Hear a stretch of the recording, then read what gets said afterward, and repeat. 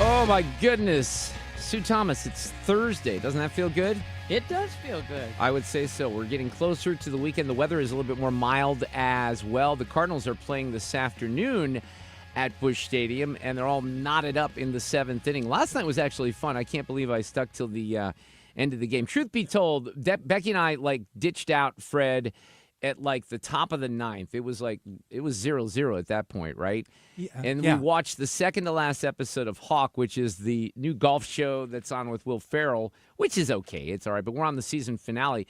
But then that's just a 25-minute show. So then I'm like, okay, well, what's going on in baseball? And they were in the 10th inning, and it was right when the Cubs had scored. But I'm like, okay, let's keep going here.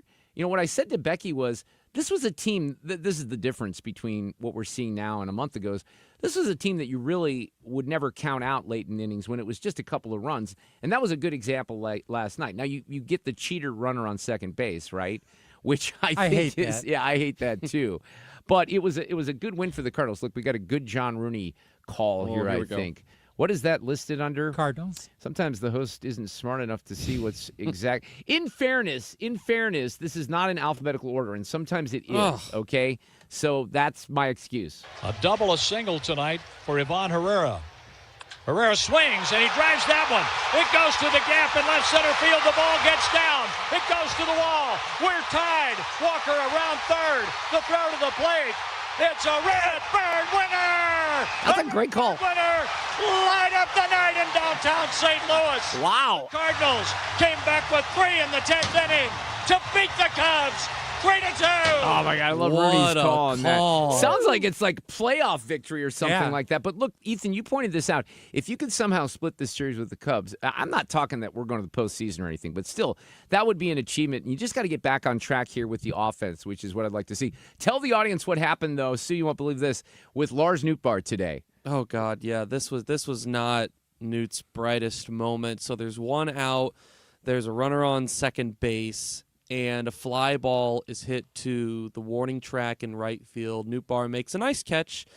The problem is that he didn't realize that there was only 2 outs. So, he takes a couple of seconds. One out. I'm was sorry. only 1 out. Well, at that point, there was 2 outs right. now. He just caught it. Yes, exactly. So he doesn't realize there's 2 outs. He starts jogging in. He realizes, only 2 outs. So he throws it in, and it's a bad throw. It's over the head of just tips the glove of Mason Wynn, the cutoff man, and the Cubs score their tying run in that way, and that is where we stand. Yeah, unfortunately. The one thing I would say, though, is Dustin May had a great outing last night, and then Palante today. I was at the game on Saturday. Fred, that was the game that Palante pitched. Right. He had another. They just pulled him out of the game today, so that was great. So, Sue, this was pretty funny. I'm going to play a little bit more of this later, but I'm gonna shoot John Hewlett a message. I don't want to do it during the game because he's working right now, but I just thought that this was outstanding. I'll just let it play, and then I'll explain why I loved it so much. But just hearing the U-Man say the name of this band last night, this band did Take Me Out to the Ballgame. So you've heard me mention them before. Here we go. Yeah. We tip the cap to Post-Sex Nachos as they lead us in singing Take Me Out to the Ball Game. So just to hear John Hewlett say post-sex nachos, can you even imagine? But these kids are awesome. I love this band so much. Their new album's coming out next month. They're from St. Louis, all right? So I don't think it's their first time doing this. Their Instagram post indicated they had done it before. But look, I just want to play the beginning of this here. Cardinals fans, on your feet! Cubs fans, sit down! Take me out to the ball game. Take me out to Well, I won't play the whole thing right now. Plus, I was going to play some of their music, but Ethan, lying down on the job this afternoon, has not put in my post-sex nachos audio. Did you notice that? My defense is that I didn't expect this to be a monologue subject. This had 404 written all over it, in my opinion. Yeah. So, in fairness, there's my defense. That was pretty good handicapping. I kind of called an audible here, but since we were talking about the Cardinals, he may have me there just a little bit. I hate it when that happens. It's like when I'm always... You prematurely called for this. Yeah, I could have shut his mic off. That's probably what I should have done. All right, well, this is a big night for the Mark Reardon Show. Huge night. Yes. Because Fred's been privileged. He's been invited to Sue's house multiple times for evenings out and, dinners and cocktails and stuff like that. One time, right, Fred, when your wife was out of town, we said, come on over, Fred. That's you don't right. live It was far it was away. a mercy visit. But yeah. we No, it tried. wasn't. We have tried to do this. So Dave Klein, we call him producer emeritus, and we miss. I can't even believe I'm admitting this publicly, but we do miss Jane Duker dearly Yes. on Fridays when she went to work for Catherine Hanaway. So Sue, who recently moved into a new house, has been kind of sprucing it up and doing stuff like that. Also, kind of relatively newly married. You decided to have the team and the alumni of the show over for a little meal tonight. So you are actually at home Yes. making a blueberry pie. We fully support that, by the Thank way. you. That's I good. appreciate that. I like the fact that you're doing that. Yeah, the pie is done. I'm just trying to pick up bulldog drool and then from the floor. So it'll be semi-clean. But you know how this is, Mark. You've had a bulldog. Oh, I know. I do. Will we be dining outside or inside? Well, I haven't decided. Oh, well, okay. really, the table outside is only 4, so we got to be in. Okay. Sue, what can we be expecting tonight? We will have. I made a. I'd like to know the menu, too. I don't know Okay, it. all right. We know there's blueberry pie. I made the crust. I made the pie this morning. Yeah, we like There that. will be a corn, tomato, and avocado salad. Ooh, that sounds good. I like Yeah. that. I bought a big thing of Pringles, so we're all going to munch on chips. Jane's locked in. Uh-huh. And we're going to grill. We went to, just like we did for Fred, we went over to Schubert's in Millstadt and got a whole different bunch of brats with different stuff in them. Here we go. All right. All right. And we're it's gonna going be a good night. grill all of those and lay them out. It should be good. Awesome. All right, we're looking forward to that, and that's you keep preparing and everything. Becky got so mad at me last night. Why? She's like, "What are you going to bring?" I'm like, "No, but I had a plan. I had a plan. The plan failed." I What was said, your plan? I told her, I'm like, "Look, don't worry about it. I got it covered." So Adam Fritz from Fritz's was going to swing by today with some desserts, and I'm like, I'm going to bring. First of all, just so you know. Like, I was going to bring them anyway to store in your freezer before I went home because Fred, otherwise... I'm nodding at Oh, you. my goodness. because otherwise they would have melted. And if I leave them here, well, we have thieves in the They'll building. be gone by I tomorrow. I can't trust Wait, that. so do we really get it or no? No, because he was sick today and he didn't come by. I just texted him, dang so he's coming next week. So now I'm coming empty-handed. I just want you. I'm just Oh, being honest. great. I don't know what to. So my wife's going to yell at me. What'd you bring? Well, I brought myself. Well, yeah, That's all that's I okay. did. That's really okay. Ethan, did your wife ask you what you're bringing tonight? Actually, I didn't even tell my wife that I was going, so she doesn't even know. Hey, great I don't even think communication. that she knows. That's a working. strong marriage foundation to build upon as a newlywed for the most part. She'll Great, be gone great tonight. stuff. Yeah, She she's out. has practice, dance practice. She's a dance Oh, coach, so she won't even okay. be there. So All right. I don't think You're she's worried good. about You're it. Yeah, golden. I think I'm Fred, in the did you clear. need permission?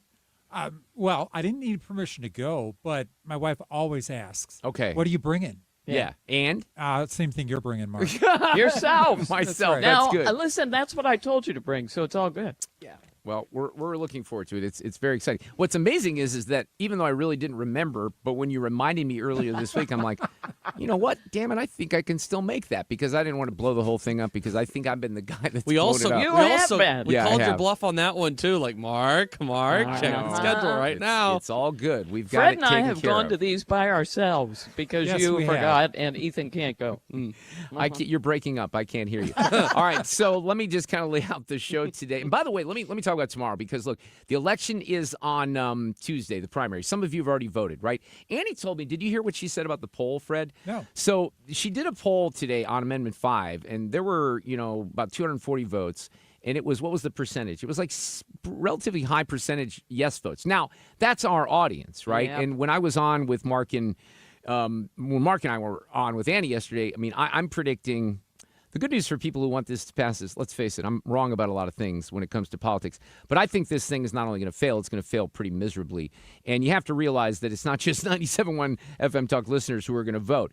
But I bring it up because we have an absolutely great panel to take us into Election Day. John Lamping, former state senator, dear friend of mine and of the show, and he's going to be with us on Tuesday night. John and I have handled a lot of election nights, so he's going to analyze on Tuesday night as we kind of take you 7 through about 10 o'clock or so. I think we had Rick Stream, Fred, tell you that, yesterday he said the results will be in about 9:30 final, so we'll probably take it to 10. We got some national races to cover as well. Former state senator Jeff Smith on the panel with John tomorrow. So that's going to be a great roundtable. Then we have all the fun stuff with Paul Hall with entertainment recommendations. Ethan's going to see Spider-Man tonight. I've seen it already. Paul will have seen it by tomorrow, so it's going to be interesting because, Sue, I think I told you this. I ran into someone in the hallway yesterday that does the reviews for Glover, and she was at the screening, and we had, like, the biggest difference of opinion. Like, I was like, it's okay. It's kind of boring. It's too... And she's like, it's the best Spider-Man with Tom Holland. I'm like, really? Did we see the same movie? But so I'll see what Ethan thinks because I think you're a little bit more geeked up about this stuff. I'm a little bit more engulfed in the MCU, so maybe that will have something to do with it. But then also, Mark, what are we also both going to see this weekend? I don't know. What are we both going to see this weekend? We're going to see The Odyssey. Oh, yeah, that's right, because I'm going on Saturday afternoon. I forgot. On Sunday morning. That's going to be great. So we'll talk about that on Monday. But Cusimano will be here taking us into the weekend. The Cardinals are going to head off to Toronto after today, and then they got the Yankees. So things do not get easier. Brian Kilmeade will be here tomorrow afternoon at 5 o'clock. And then comedian TJ Miller. I've had TJ in before. I will say this. I've said this before. Comedians are tough interviews. I like TJ. You know, he's got some things in his background that, people have complained about. I went to his show the last time he was in town, Fred. I think that was the show that Tim Convey warmed up for, actually. And I could be wrong about that, but TJ was really funny. He's kind of hilarious. I think he's really funny, too. So that's tomorrow afternoon. This afternoon, after we get with Stuart Smith here in a couple of minutes about the DSA, the Democrat Socialists, Paul Mauro has some great takes, not only on Mamdani, and he's essentially doxing his wealthy homeowners in New York City, but also on the situation with Dr. Fauci yesterday. David Zweig is going to be great on that. He wrote this book, An Abundance of Caution, so he's going to weigh in on that coming up in the 4 o'clock hour. We have Charles Lipson.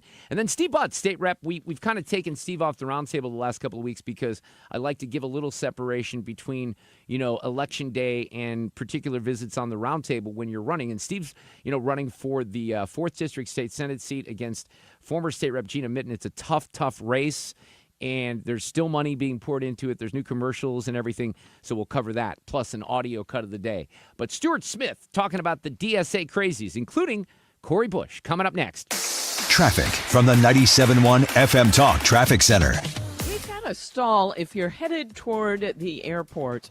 There's a stall westbound 70 at Cypress, and it's been blocking the right lane. Traffic is stacked up back near 170. And there was an accident southbound 270 approaching 70, causing a delay. And another accident, this one is southbound 270, a little bit north of Big Bend. So if you are traveling in that area, it's really starting to back up as well. So we've got some slow-moving traffic out there. By the way, the one north of Big Bend is in the left lane. It's blocking the left lane and the left shoulder. And the jam behind it is in pockets through 64. On the Illinois side, we've got 5570 north or eastbound slowing in the construction zone with a jam back to 203. And the just ongoing eastbound 64 construction between 157 and 159, causing a delay there. I'm Sue Thomas with traffic on 97.1 FM Talk, St. Louis Conservative.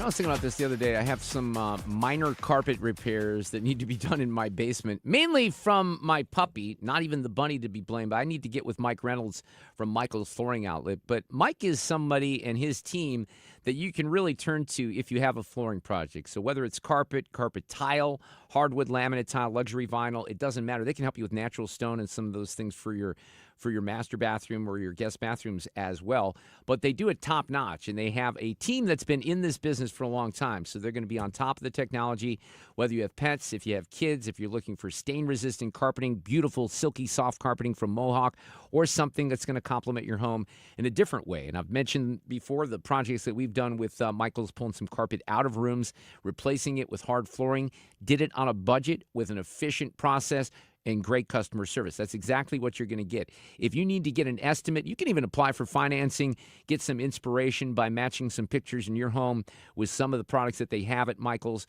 I always say go into one of the 3 locations. They're open every day except for Sunday. Old Town St. Peter's, in Darden Prairie, and in West County in Creve Coeur on Olive, and the website igotfloored.com. Michael's Flooring Outlet. When Donald Trump needs conservative votes to help pass his agenda for Missouri, Representative Trisha Burns never answers the call. Trisha Burns has missed 370 votes. Burns is bucking President Trump's priorities. Burns did not vote to stop DEI initiatives, prevent China from owning Missouri land, defund Planned Parenthood, and Burns did not vote to ban boys from girls' sports. Trisha Burns not showing up for Missouri and President Trump. Instead, Trisha Burns spends her time pulling pranks on the suicide prevention hotline. Yes, you heard that right. Trisha Burns lied to the police and staged a fake suicide emergency. She sent a series of messages to the hotline and said she, quote, had a gun to her head, end quote. When she got caught, she said there'd be no consequences because she's a politician. By August 4th, vote to show Trisha Burns that there are consequences to being bad at your job. Let's Go Brandon PAC paid for and is responsible for the content of this advertising. Not authorized by any candidate or candidates committee. Chris Foss, Treasurer. Hi, this is Steve Butz from the Crawford Butz Insurance Agency. In 2026, our agency celebrates a momentous occasion as we celebrate 65 years of service to our clients, a tribute to our founder and my dad, Nor Butz. Our staff is ready to assist you with all your insurance needs. So please call me, Steve Butz, at 314-752-2500 or at crawfordbutz.com. For auto, home, and commercial insurance needs, that's crawfordbutz.com. Have you heard those ads claiming Amendment 4 stops conservative amendments? That's not true. It actually stops a couple big cities from pushing radical ideas into our Constitution. Remember 2024? Only 8 out of 114 counties voted to allow transgender surgeries on children. That's terrifying. We can't let just a handful of counties rule the whole state. Exactly. Amendment 4 requires broad statewide support and keeps foreign money out of our elections. Vote yes on 4 this August 4th. You convinced me. I'm voting yes too. Paid for by Freedom Principle MO, Missouri First PAC, Kate Sickles, Treasurer. Mark Reardon is St. Louis conservative. Hey, we got Paul Mauro coming up here at 3:30, Fox News contributor. He is the founder of the opsdesk.org. We'll talk a little bit about Mamdani doxing wealthy homeowners and some stuff related to Dr. Fauci as well.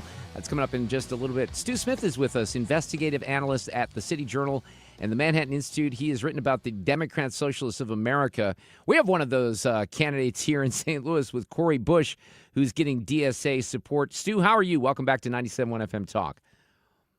Hey, happy to be here and happy to talk about the DSA. Yeah, let me play a little audio here. I think this was a conference call. When we win in Missouri, when we win in Michigan, and when we win in Florida, it is going to show there is not a single district in this country where Democratic Socialists can not only compete, but can win. We're going to tear it down, and I can't do this without you. So that's what it's about. DSA, let's go win this. Democrats are failing to do some of the things that Democratic Socialists are doing, and especially in places like swing states or swing districts, I think there's a really good case that Democratic Socialists are actually the better option to take out Republicans because of the fact that we're fighting for these things, even if the label might seem a little bit scarier at first. So, Stu, I saw some polling today with Democrats, and it was shocking and stunning and really sad and disappointing how many Democrats would even think about supporting a DSA candidate. Now, I mentioned Cori Bush here. I'm actually kind of rooting for her just because the votes aren't going to be much different than Wesley Bell,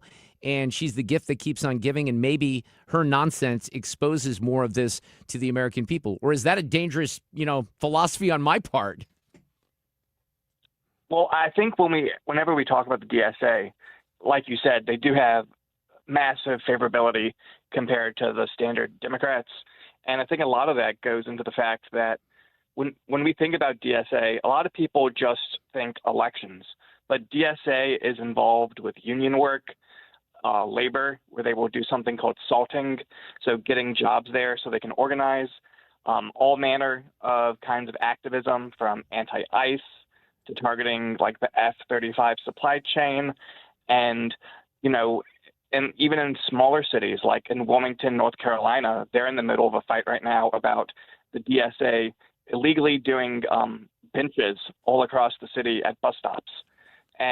But when they do something like that, like, hey, we just want to give you all a bench or change out your headlights, those are things that are almost apolitical, where it's like DSA is framing it as mutual aid, but people remember things like that. And that kind of contributes to the positive favorability because they're in the fight on almost like a minutia level sometimes.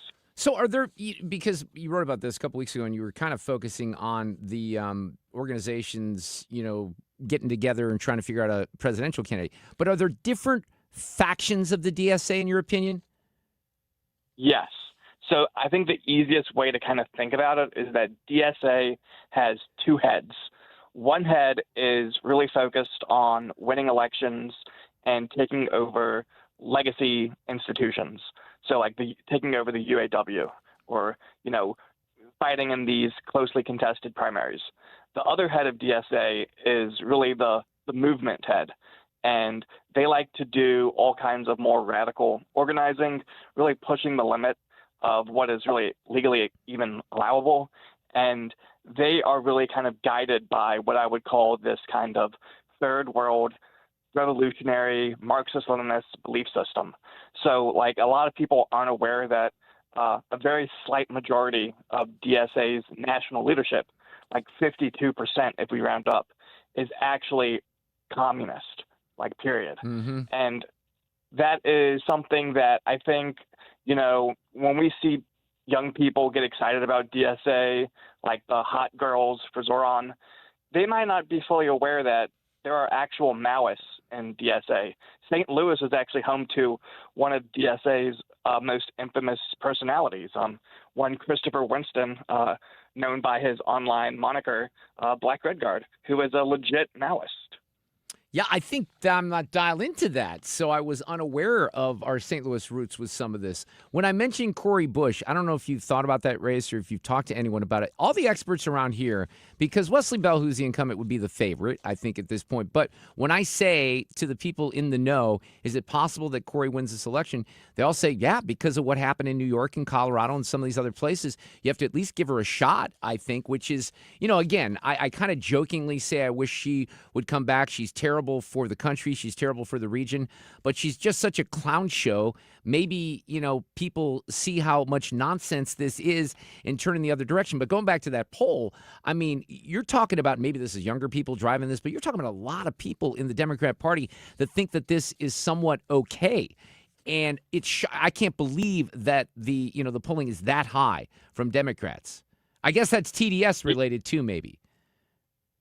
Yeah, I think a lot of things factor into it, but I think there is just this kind of widespread belief that the Democratic Party is not as effective as it used to be. And they see the energy, the movement, even like being able to put these central casting candidates out there that the DSA does as winning.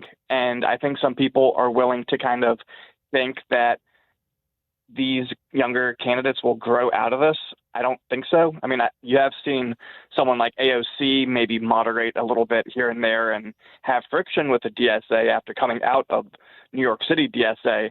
But, it's really just concerning to see. But like a good example of this, that clip you just played, that was a call where they were doing phone banking for Cori Bush.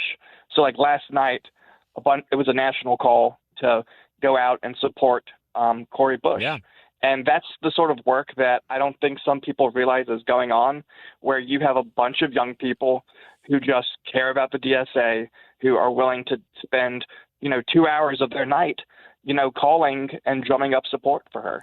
Well, that's why you got to give her a chance, right? I mean, unfortunately, I think that there's an undercurrent there. There's no doubt about it. You mentioned AOC. When that meeting took place a couple of weeks ago, I mean, they're trying to come together, or are they on a presidential candidate? And is she their choice right now?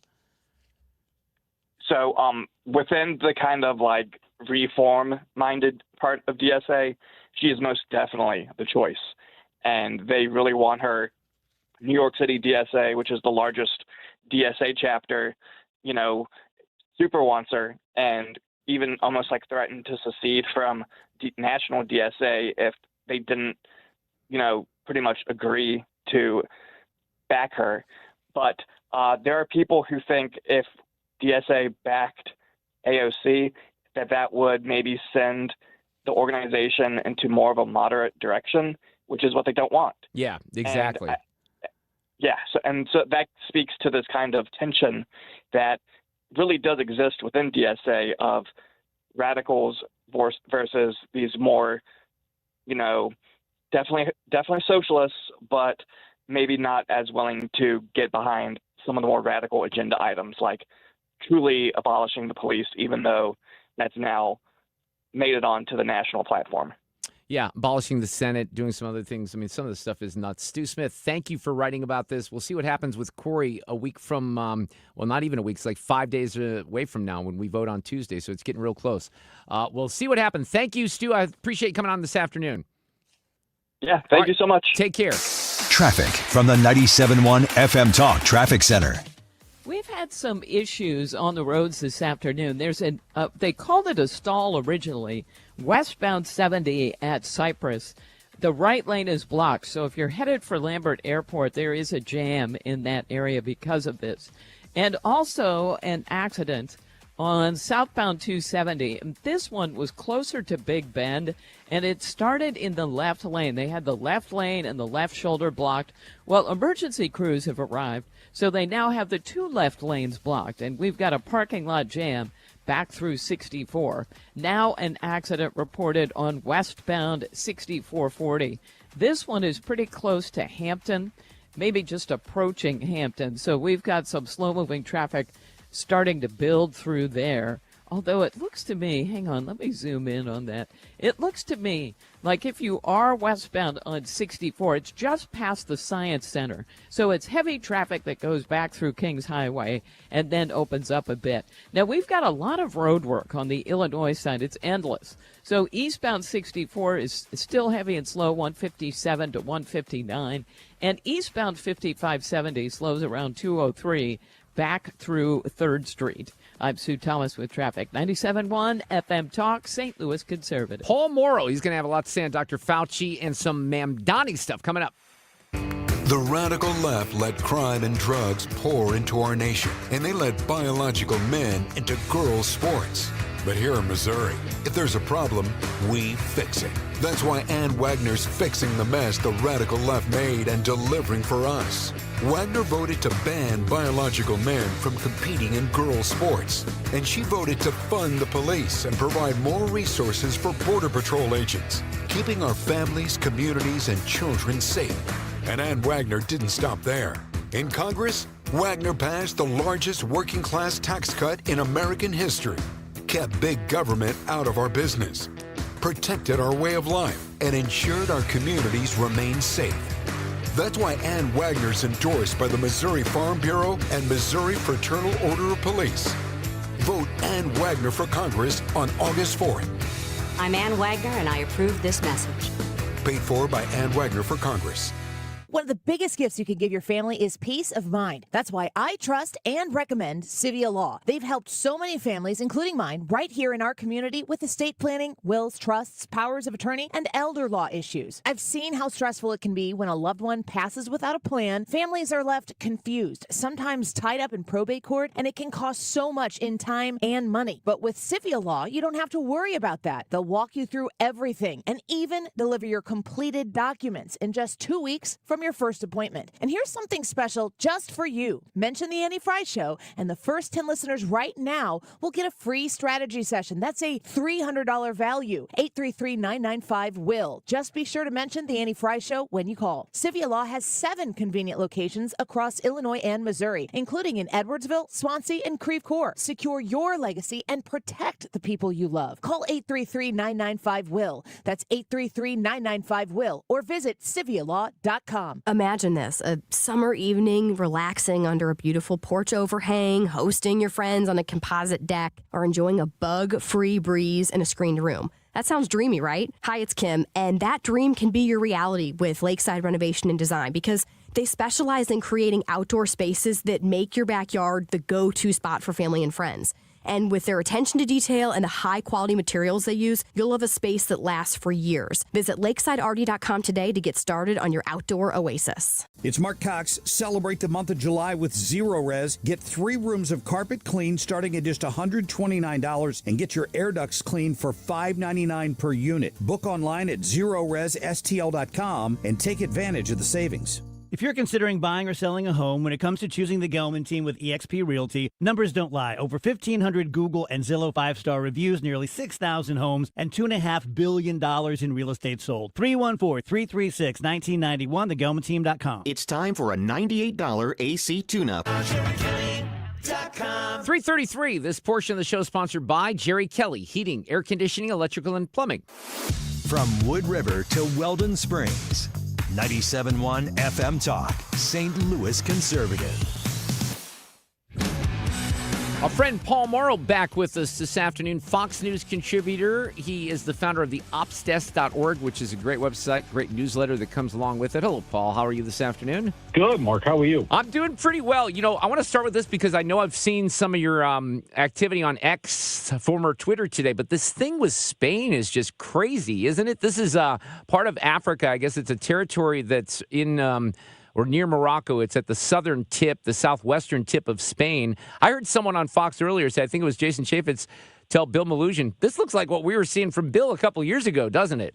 Yeah, it sure does. And it's a little scary, man. And I hope that Spain wakes up here. Now, I was in Spain not that long ago, a couple of years. Me too. And I didn't see any evidence of this kind of thing. I'd heard that, they got a migrant issue, but I came back thinking, well, maybe it's a little bit overblown. Now, I wasn't down in the Costa del Sol or anything like that, but that said, there's, thank God there's video, because we would be told, frankly, it's not happening. And they have a very leftist president who seems to delight in tweaking America these days.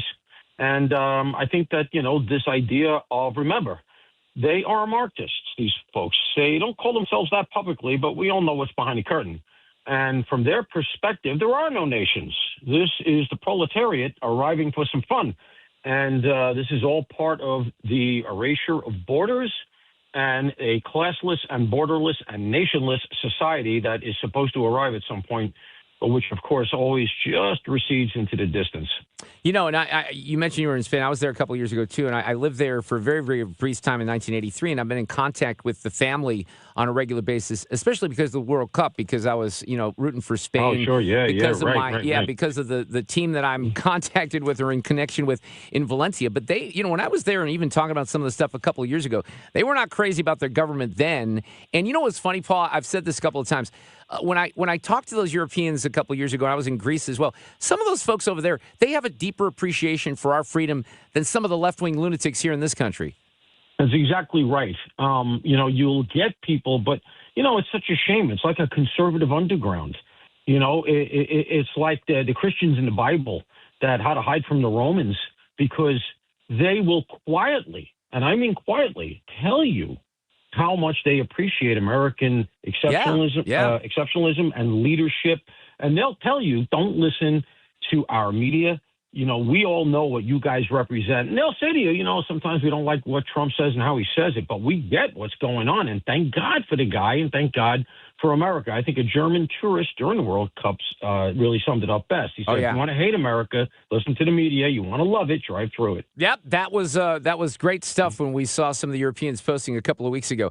All right, Dr. Fauci, let me take you there. I mean, I was seething with anger about two things yesterday. One, and this is a topic I've been talking about, those two young girls that were brought to tears by the co-owner of the Seattle Storm, and then this Fauci stuff, because it brings back all of the masking, the, nonsense of not being able to go to the beach, all that stuff, Paul. You had to be a victim of a lot of that, a lot worse in New York City. But what do you think, if anything, is going to be a consequence for Anthony Fauci after that hearing yesterday? Well, he's 85, and I don't like making a martyr out of him and locking him up. I really don't. I know that's not necessarily popular on the right. They want his comeuppance and so on and so forth. I think that to continue to expose him is really the key. But because at this stage of his life, what's he about? He's about legacy. Yeah. He wants money, of course, because he wants his waning years here to be as comfortable as possible. He looks to be in pretty good shape. But he also, he's about reputation. And I think that the destruction of his reputation by truth, not to disparage the guy, but to expose him, is the most important thing. And here's why, Mark.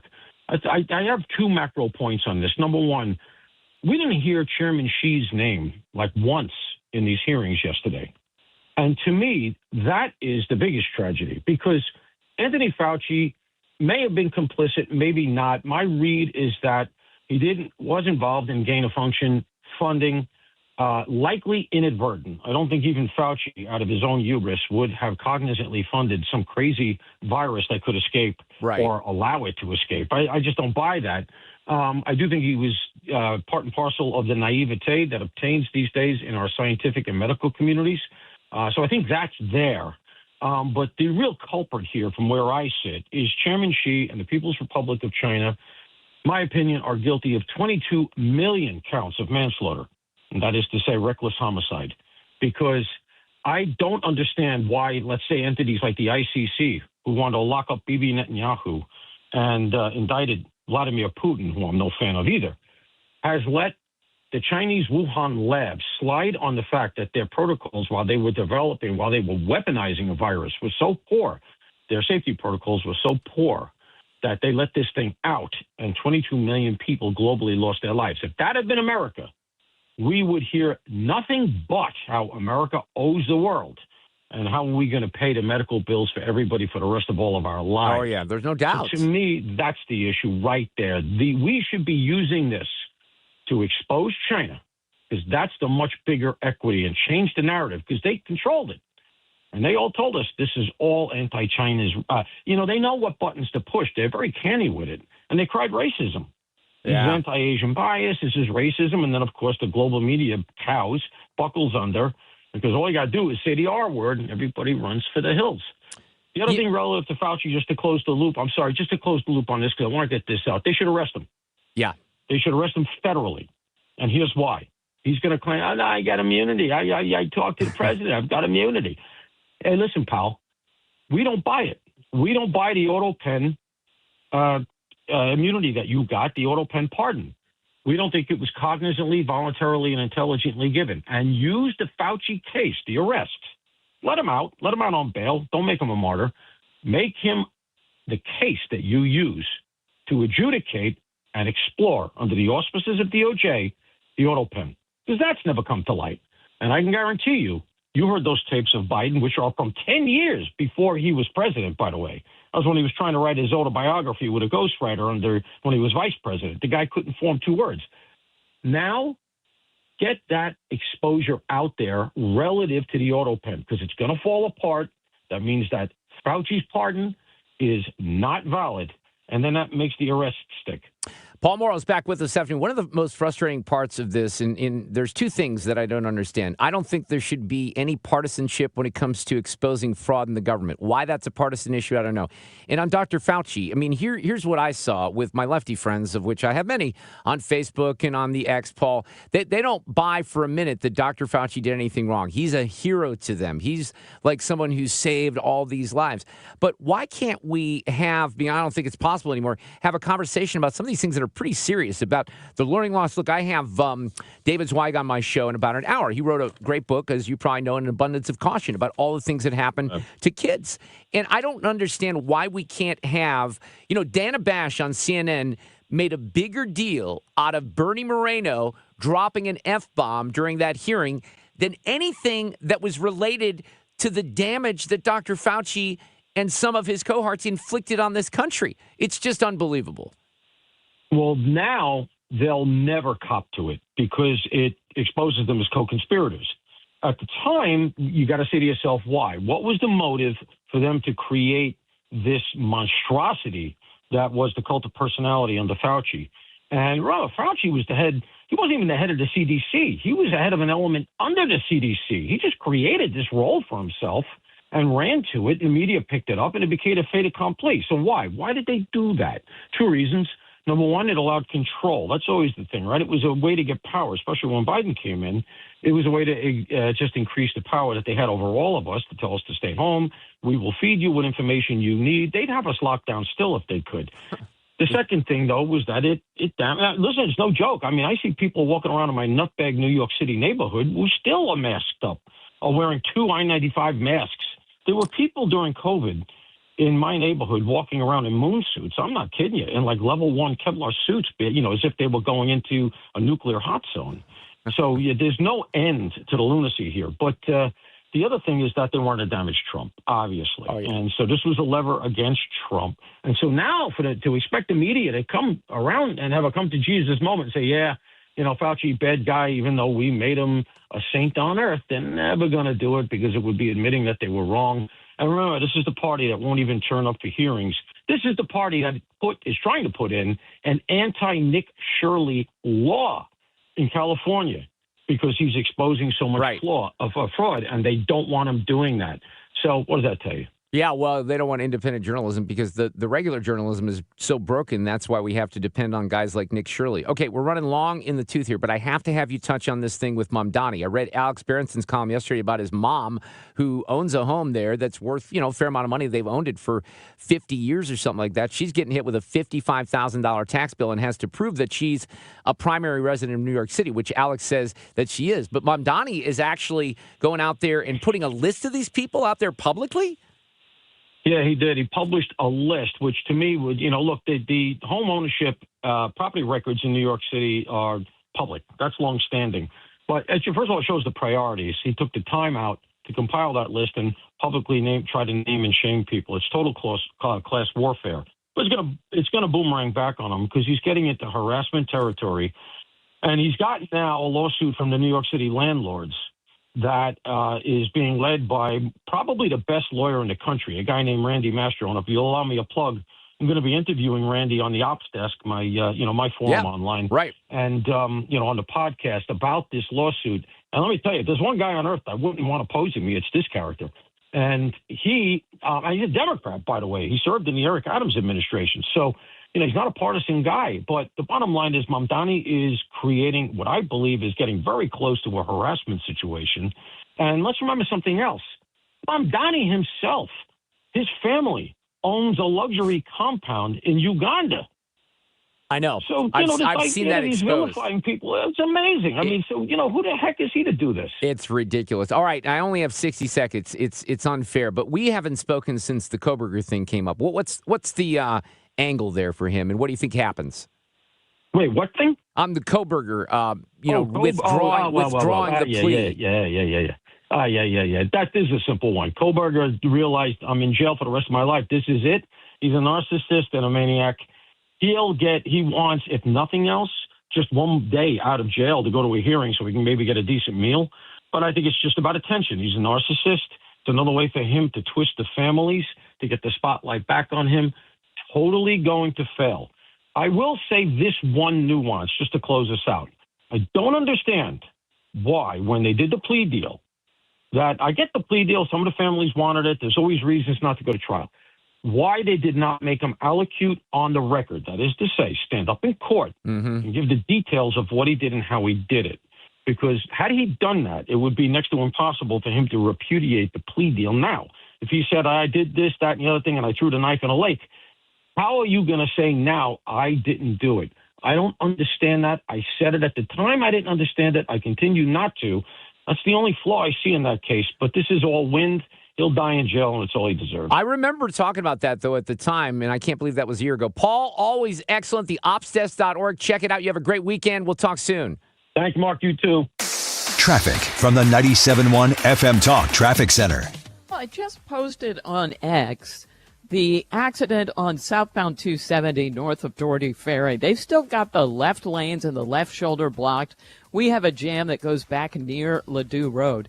Now, there was a stall earlier on westbound 70 at Cypress in the right lane. So if you encounter a jam past the airport, that would be why. Now, other than that, it's been the usual volume on 64, Kings Highway, out through McCausland, and out west it's pretty slow, Lake St. Louis Boulevard, on out through the 70 split. 70 has some slow-moving traffic at K. 55 appears to be in pretty good shape. If you are headed into Illinois, we are fine on the bridges. But road work causing delays, eastbound 64, 157 to 159. I'm Sue Thomas with traffic. 97.1 FM Talk, St. Louis Conservative. Mark Cox here. Want to see Foreigner and Leonard Skinner at Hollywood Casino Amphitheater? They're coming on August 6th. I want to send you. Listen to the Mark Cox Morning Show every day this week from 5 to 9 for your chance to win. I'm Bill Eigel. I'm a no on data centers. Last year, when a new hyperscale data center was up for a vote in St. Charles City, I'm the only candidate for county executive who stood with you in opposition. Meanwhile, Steve Ellman was writing op-eds in support of data centers. In fact, he spent $400,000 of your taxpayer money to identify 6 locations just for data centers in St. Charles County. I'm Bill Eigel, and if you don't want data centers in our county, then I'm asking for your vote on August 4th. Paid for by Eigel for Missouri. Lisa Borchers, Treasurer. License number GL250000615. You're cooking dinner. The lights go out. You flip the breaker and forget about it. But what if it keeps tripping? Trips once, your breaker's doing its job. Keeps tripping? That's a warning. Bad wiring or something worse. Do people just keep flipping it? Most do until they can't anymore. Call Grasser. We'll stop the trip. Green is always Grasser at GrasserHomeservices.com. If you're considering an annuity as part of your retirement plan, we need to talk. Hi, I'm Bob Stockdale, Senior Vice President Investments with the ClearPath Wealth Management Group at Stifel and host of On the Money Saturday mornings at 11 on 97.1 FM Talk. Annuities can be a useful tool for some retirement investors, but not all annuities are created equal. Every week, we meet clients who own complex annuities that don't suit their needs and, in some cases, actively undermine their retirement plan. Before you purchase an annuity, get a second opinion from the ClearPath Wealth Management Group at Stifel. Requesting a consultation is free of charge. To request a free consultation, contact us at clearpathinvesting.com. That's clearpathinvesting.com, or call us at 636-695-2650. That's clearpathinvesting.com or 636-695-2650. Stifel Nicholas and Company Incorporated, member NYSE and SIPC. Can you believe politicians nearly doubled state spending since 2019? Yeah, that's twice the rate of inflation. What do we get for all that extra spending? Nothing. Yeah, and get this, over 200 loopholes are buried in our tax code, written by lobbyists for wealthy corporations. Our tax code is rigged against us. We get taxed on our paycheck, our home, everything we buy. I guess somebody's got to pay for all that spending. That's why we need Amendment 5. It puts politicians on a leash. Forces them to cut taxes and control spending, whether they like it or not. Amendment 5 closes the loopholes, eliminates income taxes, cuts property taxes, and gives $3,000 a year to average working families. We decide, not the politicians. Amendment 5 is the biggest tax cut in Missouri history. I'm voting yes on Amendment 5. Paid for by Missouri Promise PAC. Mark Ellinger, Treasurer. Don't let tax refund worries hold you back. File now with TurboTax on Intuit Credit Karma. They'll find every credit and deduction to help you get every refund dollar you deserve, or your money back. Start filing today in the Credit Karma app. Mark Reardon, Sue Thomas. This is the Mark Reardon Show. Well, we got Sue's News on a Thursday coming up here in a very short time. I'm going to go over some of the stuff that is related to what happened at the Seattle Storm game the other night with those 2 young women who were just simply showing support to Sophie Cunningham. The co-owner who berated those girls has been suspended and fined, so that's an interesting development. Earlier today, Annie did a poll on Amendment 5, and I think it was like 66% of people said yes, and it was a pretty good sample, too. It was close to 300 people. Now, I was on with her and Mark Cox yesterday. We kind of broke down some of these amendments. Mr. Cox and I have a bit of a disagreement on whether or not this thing is going to pass or fail, and there are very few things that I'm confident about because it's tricky in politics, and I've made political predictions that have gone awry. Remember the big red wave from a couple years ago, and that was more like a trickle, rather. That's why I don't, count Cori Bush out just because weird things happen in politics. But I'll give you an example of why Amendment 5 is going to fail so miserably. You have a Senate district. It's Senate District 6. We're going to talk with Steve Butz here in a couple of hours about his Senate race. But this is a race that represents Camden, Cole, Miller, Monotone, Morgan counties. There is a guy by the name of Rudy Veit who is running for this against, I think the main competitor is Jake Vogel.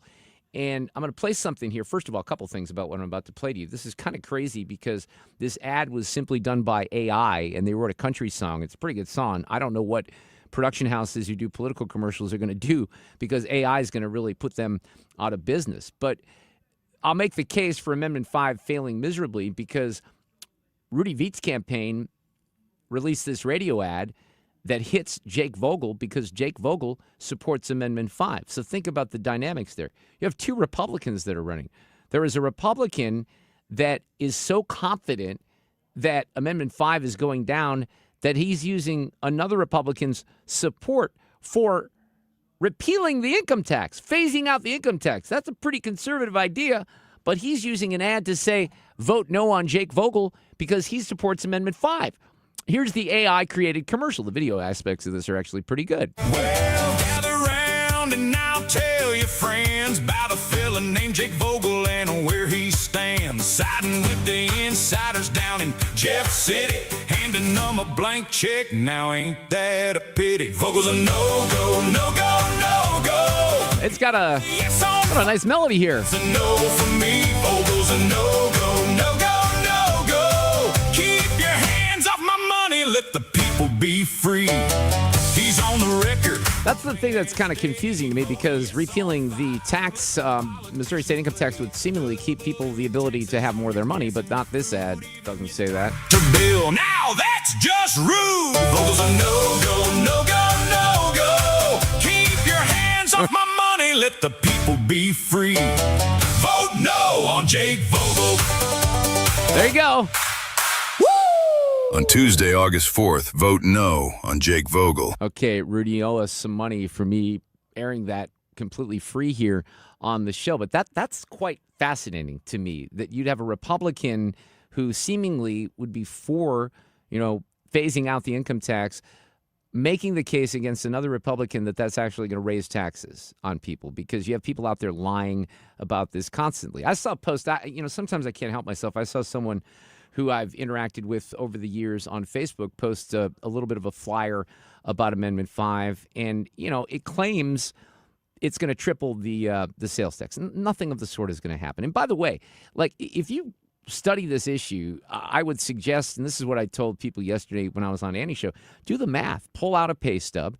Look at your, W-2. See how much state tax you paid last year. Even if you're a retiree, you likely paid state income tax.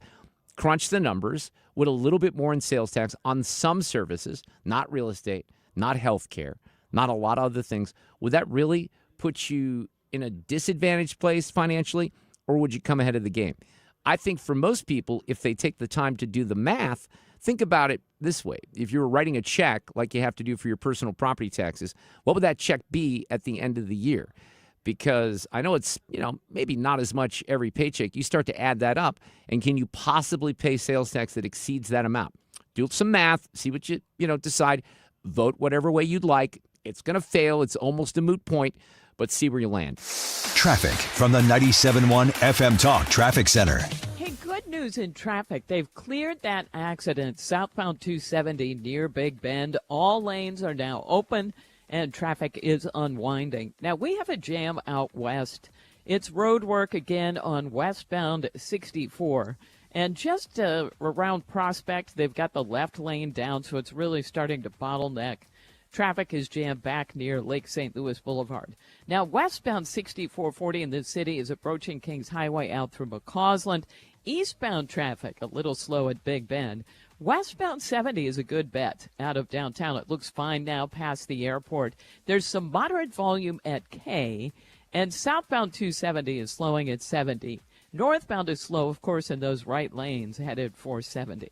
On the Illinois side, 64 eastbound, that ongoing, never-ending road work between 157 and 159 is causing a little bit of a slowdown over there. This report brought to you by Barron Mirror, Glass, and Door. We really want to congratulate them. It's their 50-year anniversary, and you don't stay in business that long by not supplying quality products with outstanding service. The key, their experienced staff. So contact Barron Mirror, Glass, and Door today and let them show you why 50 years is just a start. I'm Sue Thomas with traffic on 97.1 FM Talk, St. Louis Conservative. Bill, you're an old politician. Yup, sure am. So you know the old-timers warned that someone trying to sell you a pig in a poke was a con man. Well, sure. Well, no offense, Tom, but your politician's Amendment 5 is a pig in a poke, allowing politicians to raise our taxes without a vote of the people, and the politician's Amendment 4 takes away our power to do anything about it.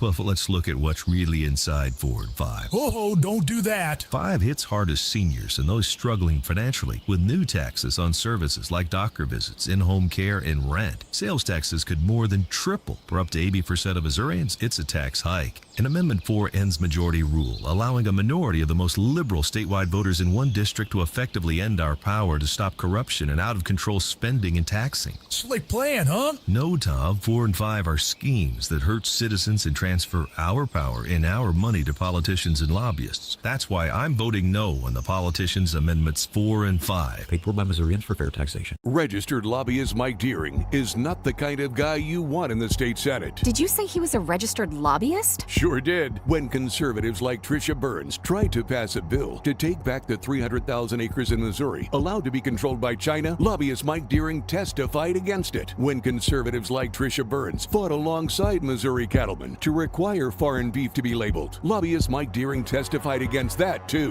While conservatives like Tricia Burns are fighting to protect your farmland from being paved over by data centers, lobbyist Mike Deering described Google's Montgomery County hyperscale data center as a very positive thing. Deering also endorsed liberal Democrat Chris Koster for governor and openly mocked President Trump. Registered lobbyist Mike Deering, anti-Trump, pro-Democrat, bought out by foreign ag interest, and in love with data centers. Take down data center Deering on August 4th. Vote America First conservative warrior Tricia Burns for state senate. Paid for by Mo Constitutional Conservative Council PAC, Scott Lady Treasurer. Missouri's primary election is Tuesday, August 4th. Join me, Mark Reardon, along with our expert panel as we break down the biggest races, critical amendments, and results in real time. Election coverage Tuesday, August 4th at 7 p.m. on 97.1 FM Talk. KFTK FM Florissant from the Kaufman Townsley St. Louis's Injury Lawyers Studio. Call 314-777-7777. That's 314-777-7777.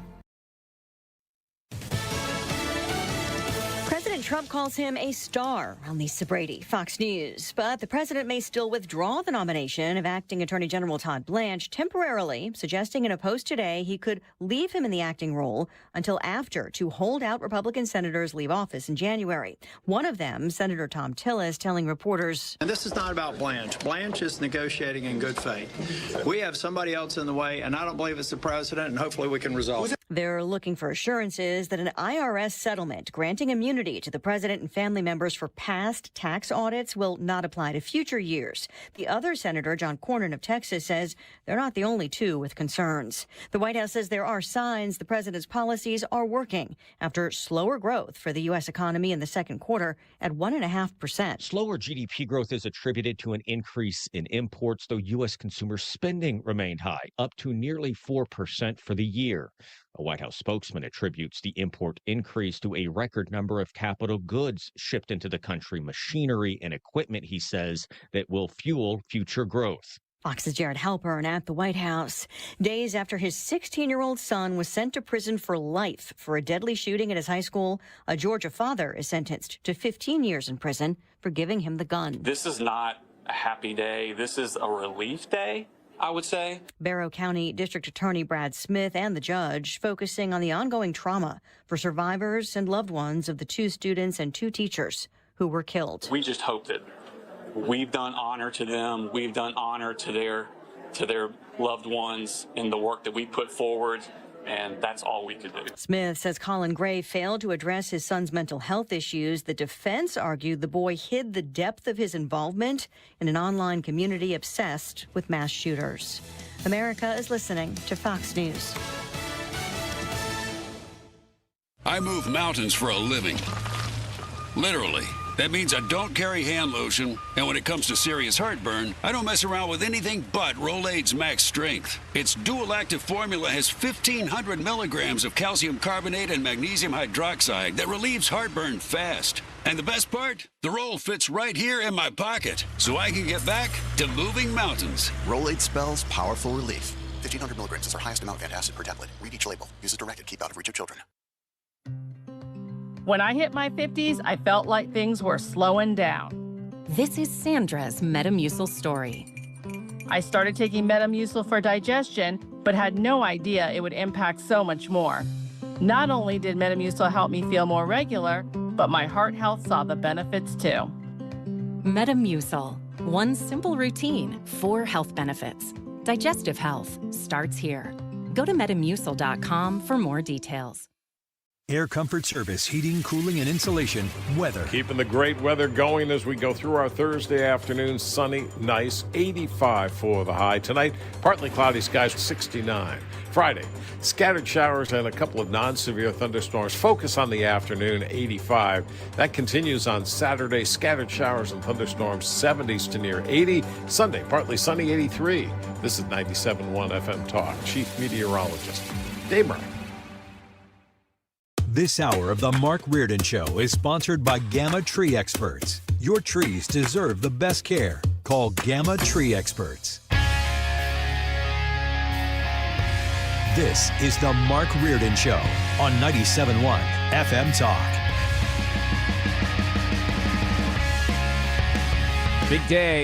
Big day on the show because we're all dining at Sue's house tonight. And we'll be able to tell stories tomorrow and show some pictures and stuff like that. How's the blueberry pie coming? Oh, it's done. Oh. And it's sitting out there. I baked it this morning, so we'll just put some whipped cream on there. I even put sugar in the whipped cream like I was a person. Oh, well, that's very nice. Is it sitting out on, like the kitchen windowsill, Sue? Is it? Yeah, it's right by it. Yeah. I don't have a windowsill really anymore in this house.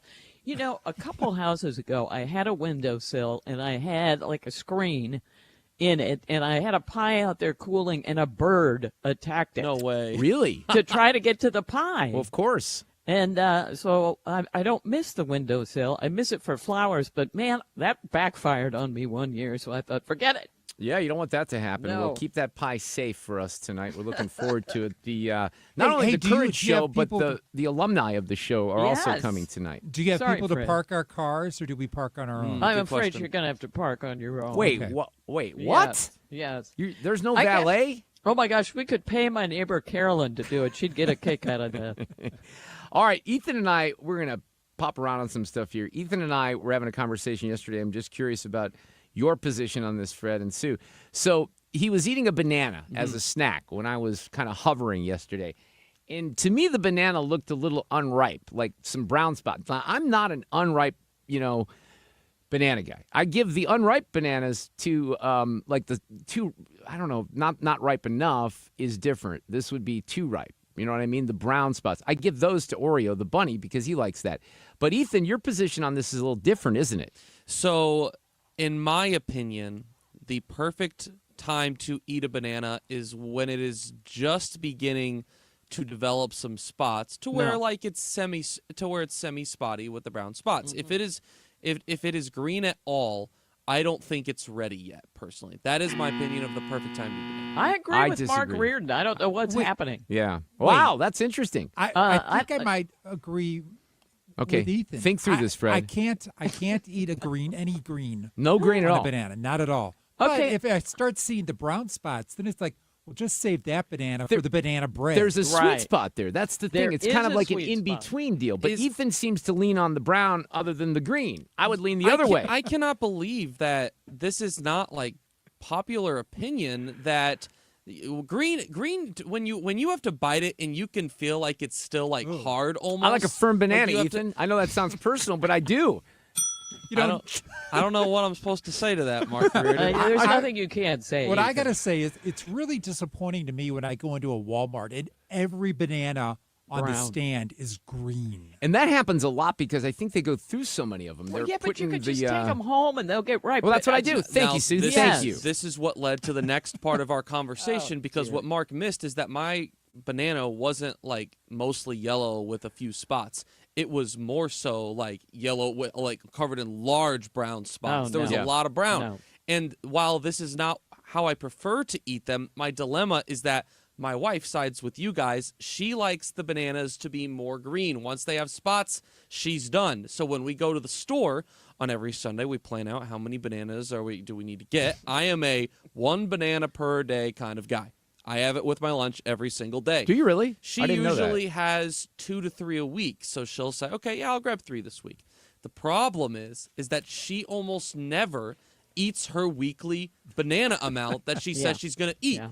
and I am stuck having to eat more bananas to where I have to wait longer to eat some of these, and I end up having to eat these really These soft are called brown ones. irreconcilable differences. I don't know if you know No, that. they are not. This is the perfect thing. She can have some when they're green turning yellow, and then when she misses the mark, you could just eat cleanup. But the problem is that I have so many already that I have to eat on my own. Yeah. So I guess I need to start buying you just less on need to mine. get fewer and eat hers that she's missing. Okay, so let her continue to get her 3 and say she's going to eat them when she's really going to eat 1 to 2. But Right. I start getting maybe 3 or 4. Okay, but let me explain to you why this became an issue yesterday. Because as I was watching Ethan with the banana, he was challenged. There may be a term for this, but what he was doing is, and I think we can all relate with this if you've had bananas, is the peel, the outside, what would you call it? The outer part of the banana that you peel was peeled down. But then there's, when you get that thing that's a little bit, too that little strand of, and you got to peel those individual strands back. I don't like doing that. And on a real toward the green banana, you don't have that issue. That is true. Thank you, Sue. Thank you for your support. I mean, we Yes. didn't have this type of agreement on ketchup on hot dogs, but I'm glad that we've come around on this and we can agree. They're just cleaner to eat. They're not mushy, and they're less sugary. But it really is difficult to get it at just the right time. The green is just about to disappear. Boom, you have to do it. Otherwise, it's too I'll tell you what, Ethan, if you really want to solve this, get a bunny, because Oreo solves all these problems for him because he doesn't care. He's not picky. He doesn't care if it's a green banana, if it's a mushy banana, if it's a brown banana. For him, it's crack. He loves bananas. Hey, Sue, let me ask you. I know your position on hot dogs and ketchup. That's a no for you, right? Of course. Well, how are you on bratwurst? Because Thank you, that's Fred. coming up tonight. Wait. Hold on a second. If you want to, yes. Do you not have ketchup for us No. with our? Wait, No. what? You do not eat. Hey, we figured out what you guys hang can bring on. tonight. I may cancel tonight. You're telling me I'm coming to your house and I won't have ketchup to put on my You brat? do not eat ketchup Yes, on a bratwurst. you do. No, you do Fred, not. do Unless you? you are I 5 do. Fred years does. old. Wait, what? This is not. Wait, hold on. This is just disturbing. After this agreement, we seem to be on the same page. No more than 90 seconds ago. No. This is not the same rules You for do hot not dogs, Sue. That's eat no. ketchup on a bratwurst. The fans need to weigh in on this. Come Guys, on, people. listen, Be with me on the ketchup on the brats. Listen, it's okay. We have a urine-scented Schnucks just down the road that you can go to, and you can pick up your ketchup. It's a win-win. Okay. And let me say this. This is really nice. Fred's got us good covered. brats. Fred's saying he's got us covered. He's going to go home Oh, first. is he going to go home and get No, it? I'll hit the schnooks on off for us. Well, I can Okay, do there you that go. too. You guys, but if you try it without it, this is a really expensive good brat. If you were to try Sue, it without it. I'll try it without it, Sue. Thank you. It's got cheese in it. There's all kinds of different good stuff in there that I want doesn't go with ketchup. ketchup. I want ketchup. You Mark. sound like a stubborn 9-year-old. Oh, my No, Sue listing all these great reasons. She goes to this special meat store. But I've it's never- got Thank cheese you, Ethan. inside Okay. of the brat. I've eaten and brats. you're like, no, I want ketchup. I've eaten brats my whole life. I put ketchup on my brats my whole life. I like brats. That's what we're doing. All right. How about on to one more topic before Sue's news? Okay, can I read all the comments? Sue is correct. Not if they support Barbecue you. No, I sauce. can't. You're breaking up again. I think it's because you're at home. I hear you kind of cutting out. We can't There's hear some you. people saying No barbecue ketchup sauce. on brats. What about barbecue sauce? Some people do that. I don't do that. I've never heard of that before on a brat. These people are crazy if you don't think that there's something wrong with you if you don't like ketchup on a brat. I'm just saying. Fred guided me into this story. This is crazy. Have you heard about the hike in Montana where the guy fell on his what do they call this? Like the steel-tipped trekking pole. Have you seen this or heard about it? Ooh, no. All right, so he's on a hike with his friend. His name is David Cifaldi. And I guess this is nearing on the summit of the state's highest peak earlier this month. And he slipped and he fell, and he ended up sticking that trekking pole right into his back. Like it was stuck in his back, and then they're kind of in the middle of nowhere, and they don't know what to do. Here's his story. I just had a really unfortunate slip and fall, and I remember rolling over, and this kind of realization of like, something's not right here, and so I, quickly realized I had this trekking pole stuck in my side. I pretty quickly realized this was just in the soft tissue, and was able to kind of talk to my friends a little bit and get everybody on the same page that we were going to make the decision to hike out. Search and rescue coming to help you is free. The flight's not. And so that was obviously a factor in me deciding to self-rescue. I feel pretty good. I had quite a bit of pain and swelling the first few days. The swelling's gone down a bunch. So the hike took 6 hours. So do you hear what he said there? It costs money. Like, they'll come in and rescue you, but if they have to fly you out, you're going to pay for that flight, right? The helicopter probably. So 6 hours they walked down in order to get to the hospital. Here's his buddy, Jesse Ross. When I first saw that the pole was in him, I didn't think it was real initially. He never complained at all. Like, never was, bummed out about being hurt or anything like that. He was just head down, navigating, wanting to get off the mountain. So he's a nurse. Did I mention that? So he had a little information here maybe, but that's crazy that he's got this thing stuck in his body and they got to go down 6 hours down it's 10 miles, Sue, back down the mountain where they had a parked car. And then they drove to the hospital, St. Vincent Regional Hospital in Billings, where this guy worked. He actually worked there. But he's okay. This happened a few weeks ago. He's doing okay. We got Sue's News coming up. Traffic from the 97.1 FM Talk Traffic Center. On the roads, we do have some volume out there. On the Illinois side, it's eastbound 64 between 157 and 159. And westbound 44 is slow right there in front of the Arch grounds. Now, 6440 westbound, it's Kings Highway out through McCausland, a little slow at 270. And eastbound is slowing at the inner belt. We've got the left lane down, westbound 6440 near Prospect, and that's causing a delay. And 70 westbound, some moderate volume at 141 and at Wentzville. Now, southbound 270 has some volume approaching Ladue Road. Now, it's pockets, but it does go down through 21, and southbound 141 really jams, headed for 44. If you're on the Poplar Street Bridge, it looks fine. It's a little bit slow, though, eastbound 64, right at 70. I'm Sue Thomas with traffic on 97.1 FM Talk, St. Louis Conservative. Look, I'm taking this whole catch-up question to my peeps on the Twitter because I don't accept these results that are coming through the feed this afternoon. By the way, Fred, you're on a witness stand. You ready for this? Yeah. Oh, yes. No, hang on here. Okay, here we go. Fred, you're at the, because we're elitists, right? You're at the Champions Club at Busch Stadium. They have hot dogs and brats, right? Yes. What do they offer you as condiments at the end of the hot dogs and brats? An equal amount of ketchup and mustard. Thank you. Case closed. Not your turn. Not your turn, Sue. You're coming up in a couple of minutes here. We have Game Day Men's Health is where, see, that's the advantage of when she's not here in particular. I can just cut her off like that. I like that power. Game Day Men's Health is really, really a great clinic for you. Guys, if you're thinking about testosterone replacement therapy, if you're thinking about B12 shots, vitamins, and peptides, if you need some guidance on medical weight loss, GLP-1s, they have that opportunity for you at Game Day Men's Health. They have really, I think this is something I will send out to my fellow pickleball players out there.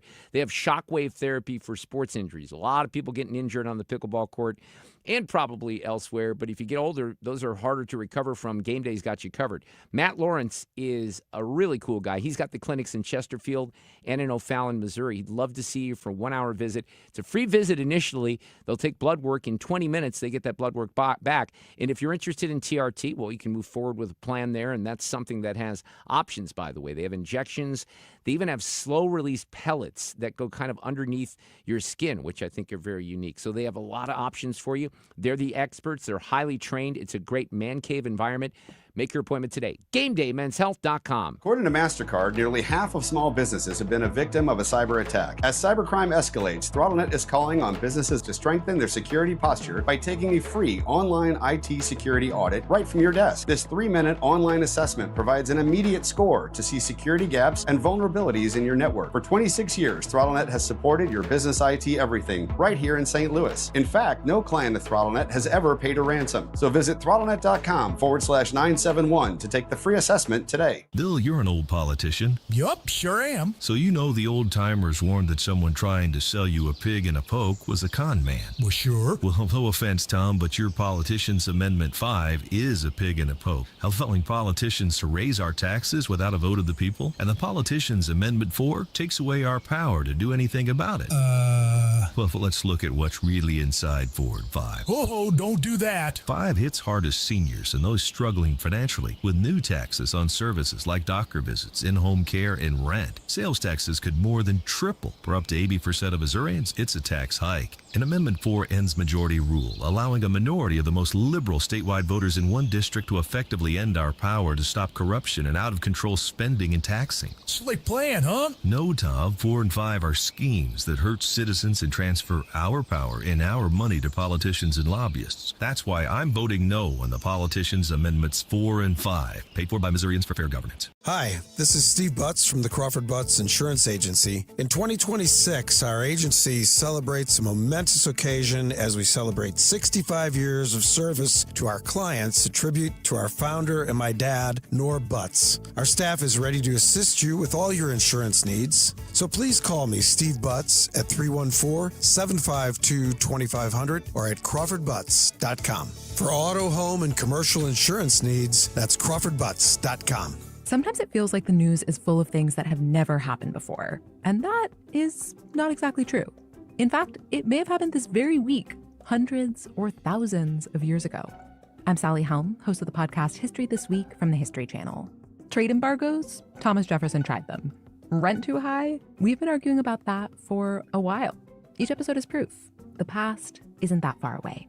Listen to History This Week, available now on Apple, Spotify, or wherever you get your podcasts. This is the Mark Reardon Show on 97.1 FM Talk, St. Louis Conservative. These allegations are deeply concerning. Does the president have any comment? We're not going to comment. It's not clear messaging.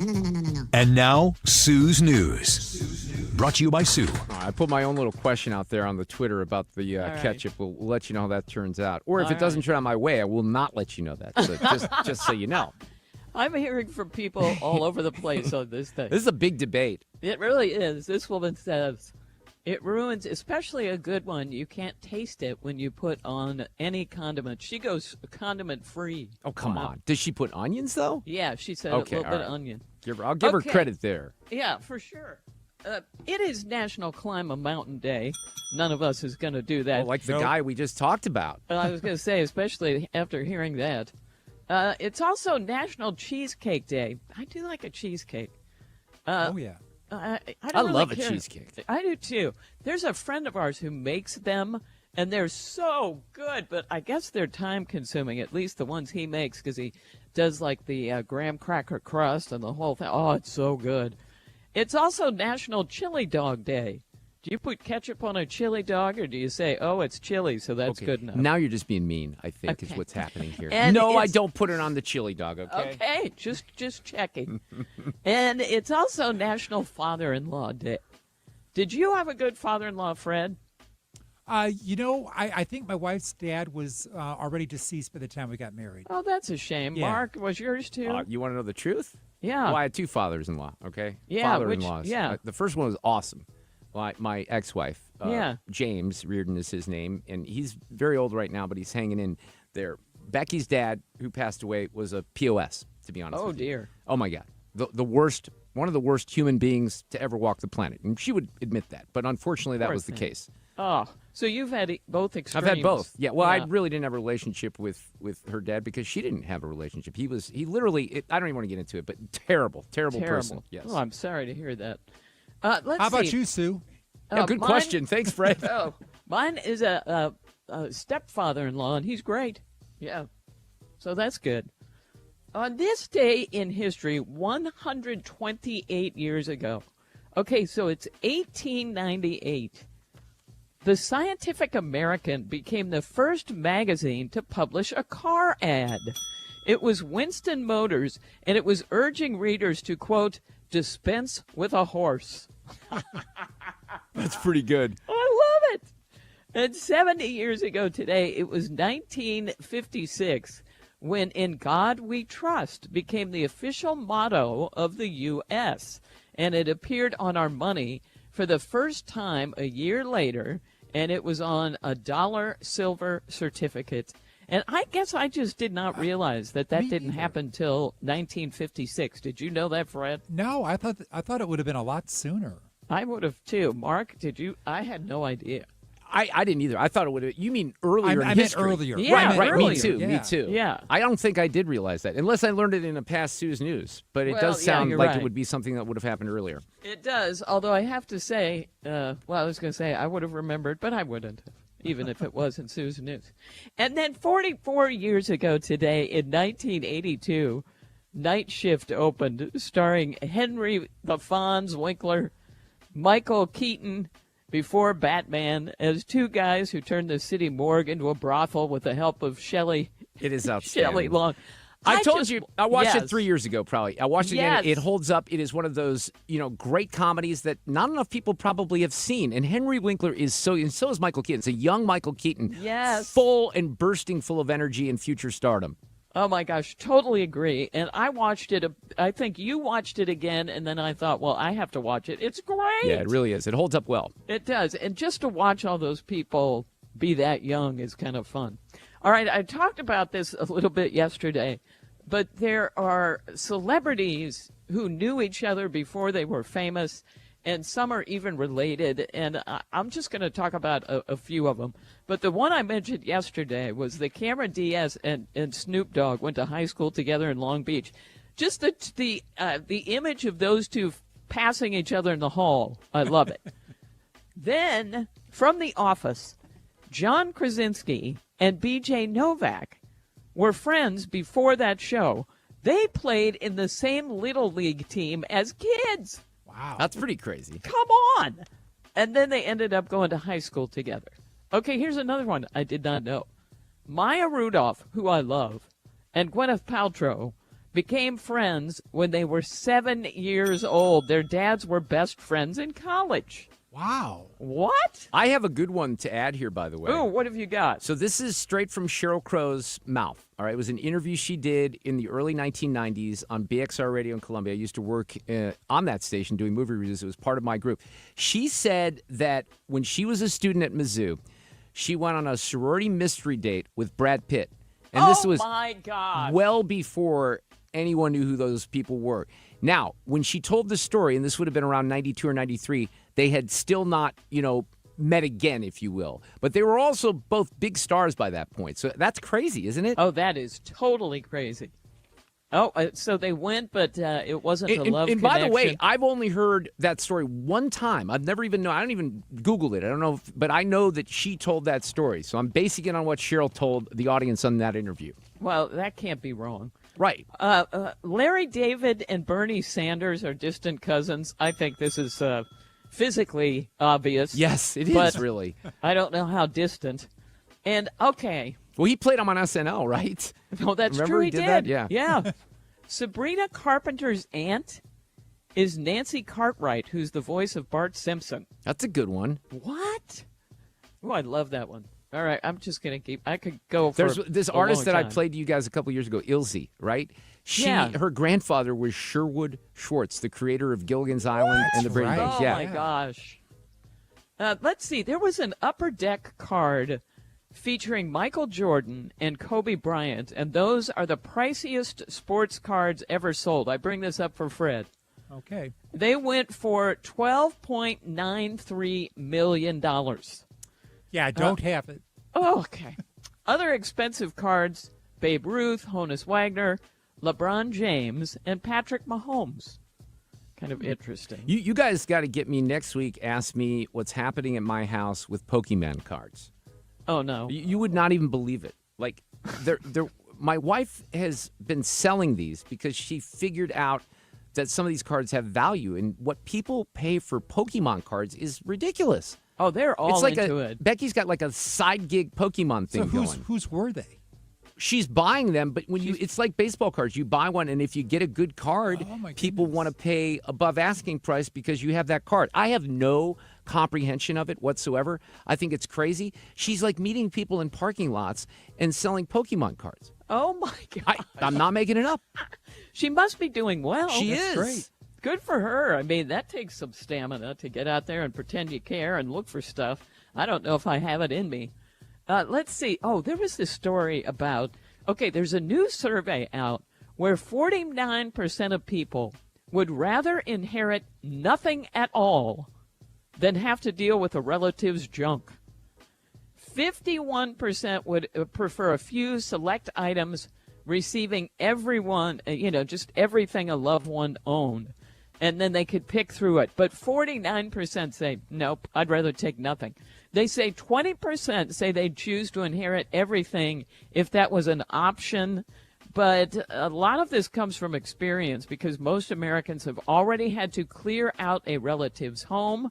And they say it's harder to grieve when you have to spend weeks sorting through everything they had. There are companies that I use, when I sell somebody's house. I just sold one where they lived there for 53 years. And it's just too much That's stuff. a long time. And there are companies that will come in and do an estate sale, and then they'll take everything that doesn't sell in a dumpster. So they just essentially clear out the whole house. It's kind of a good idea. And finally, in Sue's News, we have today's random fact. Okay. Blue whale calves can gain 200 pounds a day, every day, for most of the first year of their lives. This is why they're nursing, roughly their first 8 months. 200 pounds a day! That is impressive. I would say that. I'm Dan Loney with Your Money Now. 70-millimeter screenings of The Odyssey have been extended into mid-September. Right now, there are only 25 screens in the U.S.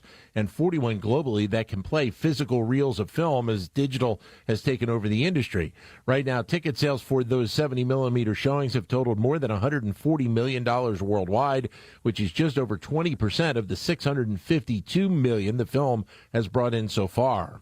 Quarterly results for social platform Reddit posted a strong beat with earnings per share of $1.25 and revenue of $805 million. That revenue number is up 61% year over year and is up more than 60% for the 8th consecutive quarter. Wall Street stocks were higher across the board today, a strong bounce back from yesterday's red ink. The Dow Industrial Average up 614 points at 52,208. NASDAQ up 679 points, and the S&P 500 ahead 121. That's Your Money Now.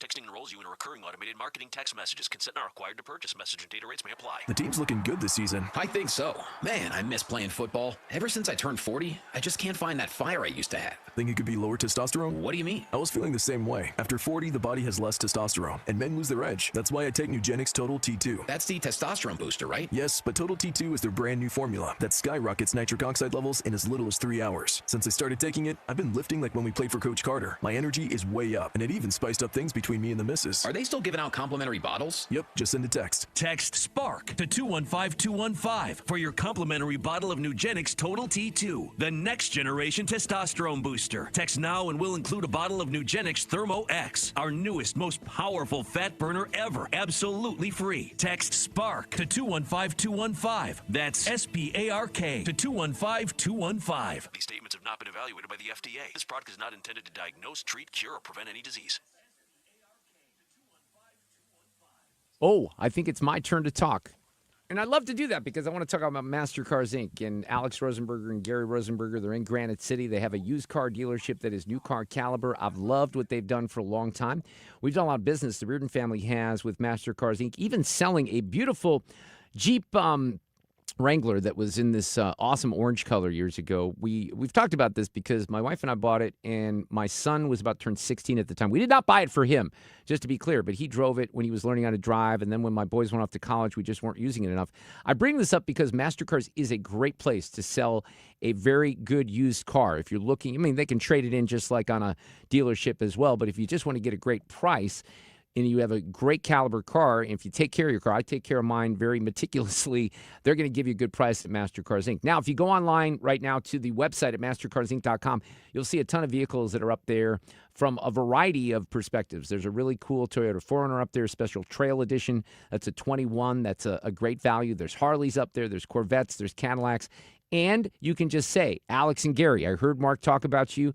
Can you find me this vehicle with maybe 5,000 or 10,000 miles, maybe 20,000 miles, depending on what your price point is, with these features? I always said that I wouldn't go out with a vehicle that didn't have a heated steering wheel. I had to make that sacrifice. I know this is hashtag, spoiled radio people problems.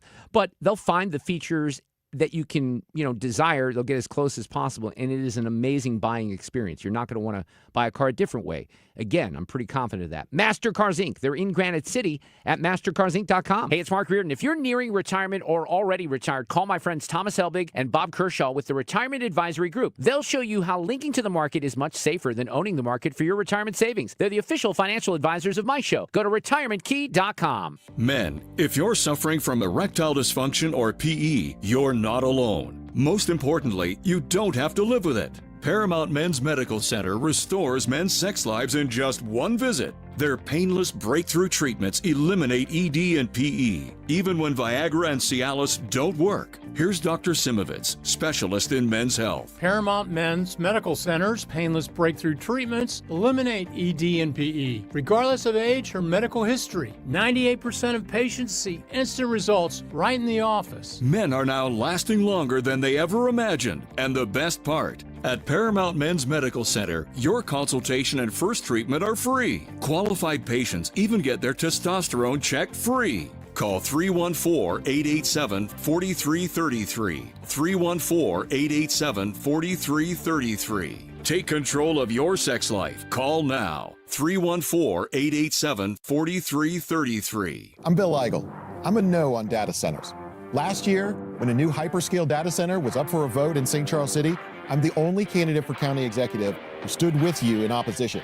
Meanwhile, Steve Ellman was writing op-eds in support of data centers. In fact, he spent $400,000 of your taxpayer money to identify 6 locations just for data centers in St. Charles County. I'm Bill Eigel, and if you don't want data centers in our county, then I'm asking for your vote on August 4th. Paid for by Eigel from Missouri. Lisa Borchers, treasurer.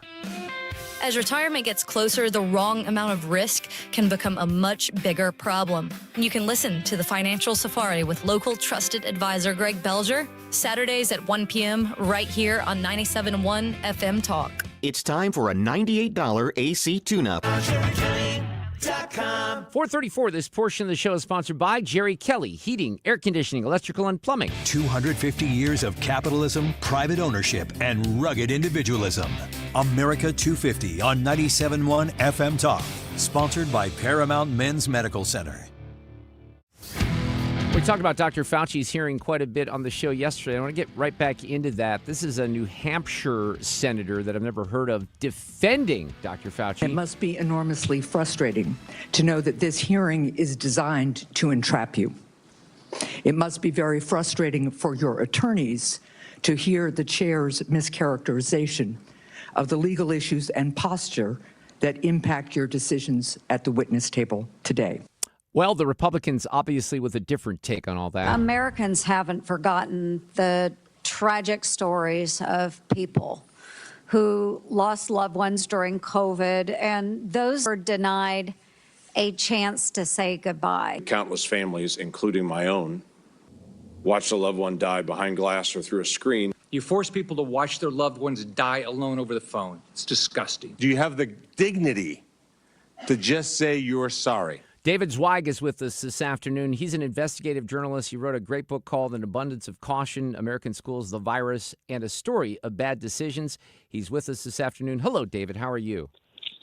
Doing great. Thanks for having me again. You were one of the first people I thought about, and I just have to tell you, I don't know if I've done any help at all, but I push your book all the time, and I did this week because it's such an important piece of work, and I've recommended this to even some other, hosts that they have you on because it's just important. Now, I don't see, this is one of those things that's really confusing to me, David, because this to me should not be a partisan issue. What happened to this country, what happened to kids, what happened to a lot of people with the masking, the vaccine, the promises of the vaccine, all this stuff. You wrote about all this in the book. So your reaction to what happened yesterday?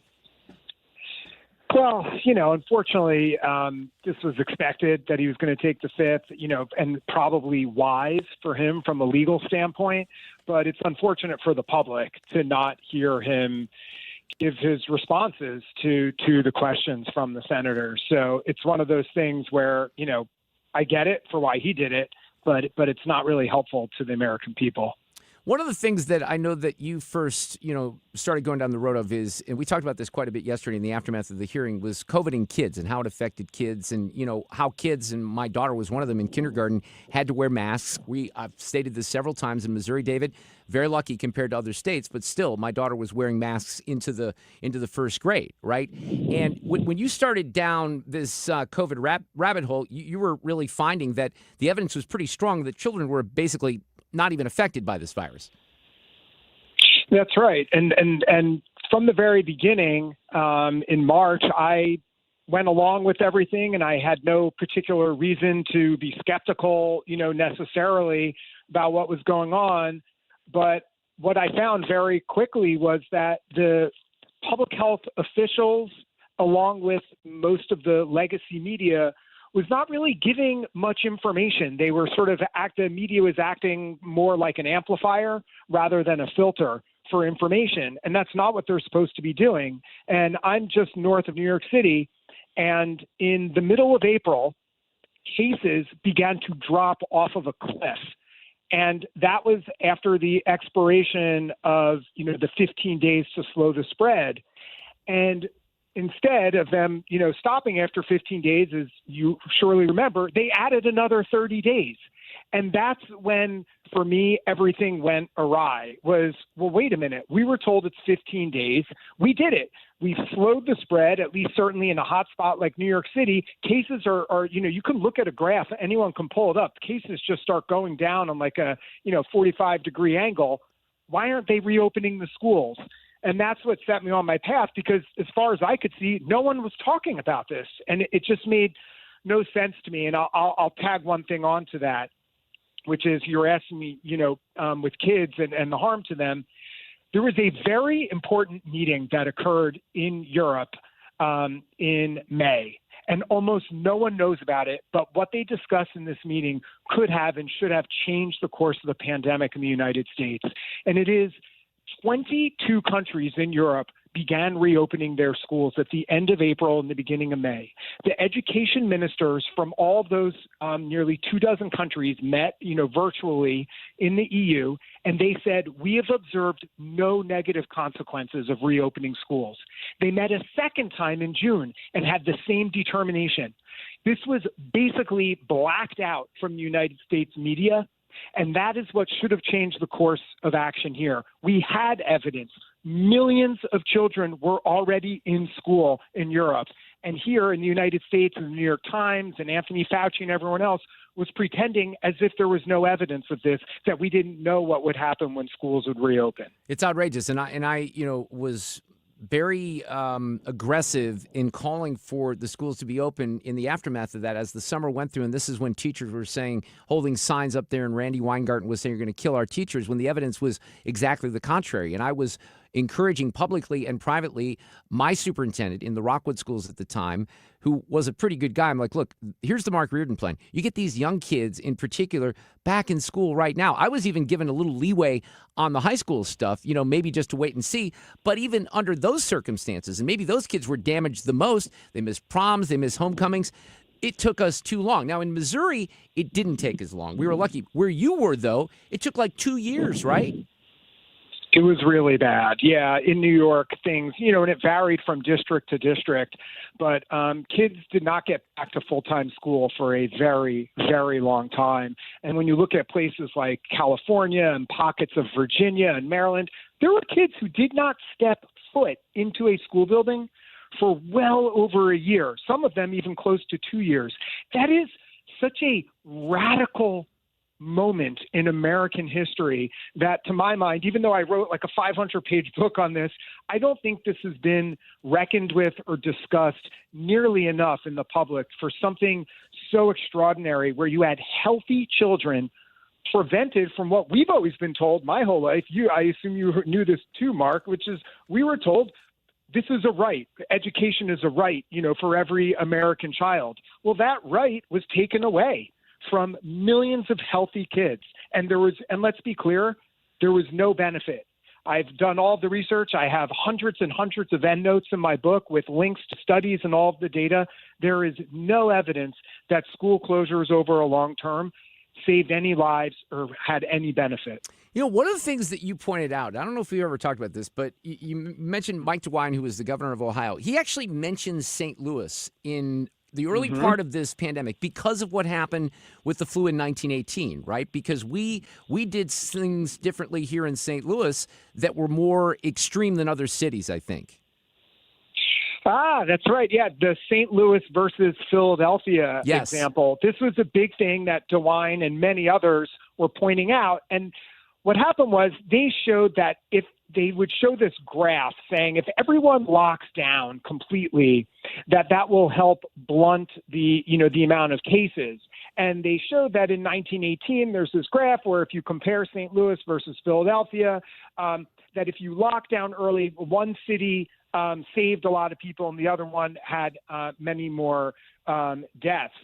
What they don't show and what they don't talk about, and I talk about this in the book, is that there's a guy, Robert Barrow, who did a study on this. He's an economist. I forget the name of the organization he's with, but he did an extensive study on this. And once you look at all of the different cities in America over time, there was no correlation at all between the duration of the school closures and ultimately the number of deaths in a particular city. Everyone sort of forgot the last chapter of the story. So things can be very compelling, and you have this visualization that gets everyone, all wound up and thinking that they're being virtuous and this is what we need to do. But cooler heads did not prevail. There was a plan. We've had all sorts of guidebooks within the CDC and other agencies on how to handle a pandemic. And very quickly, Anthony Fauci and others immediately went off script and just started, they just were calling audibles every day on this thing. Well, we've learned that, yes. When people say we didn't know, they did the best they could with the information at the time, that is not true. And one of the most important things I tried to do with my book and just in my general reporting on this topic is to really put that myth to rest. And I think it's important for all of us to understand that history. So hopefully we can avoid something like this happening again, whether it's a pandemic or some other inevitable crisis. And that's why I think it's important as well. And your book is called An Abundance of Caution, American Schools, the Virus, and a Story of Bad Decisions. Why is it, this is still kind of, I think I mentioned this at the beginning, but why is there such resistance on the part of so many people on the left? Look, they're still out there praising Dr. Fauci. He's an American hero. He saved lives. And I've admitted, David, look, the early part of that pandemic was confusing. March, April, we didn't know exactly what we were looking at. But like you just indicated, we knew some things pretty quickly that were not shared. But why is there such resistance, and why is this a partisan issue? That just baffles me. Yeah, well, you hit on it there. Unfortunately, things became coded politically, either, red or blue. And once something was coded in that manner, it didn't matter what evidence, what information. And I think that political branding on certain people or certain topics, it appears to be permanent. And there is some section of the population, there literally is nothing that could be said about Anthony Fauci or some other topics related to the pandemic that would ever change their mind. It just doesn't matter. So it's very unfortunate, and I don't know the answer to that. Yeah.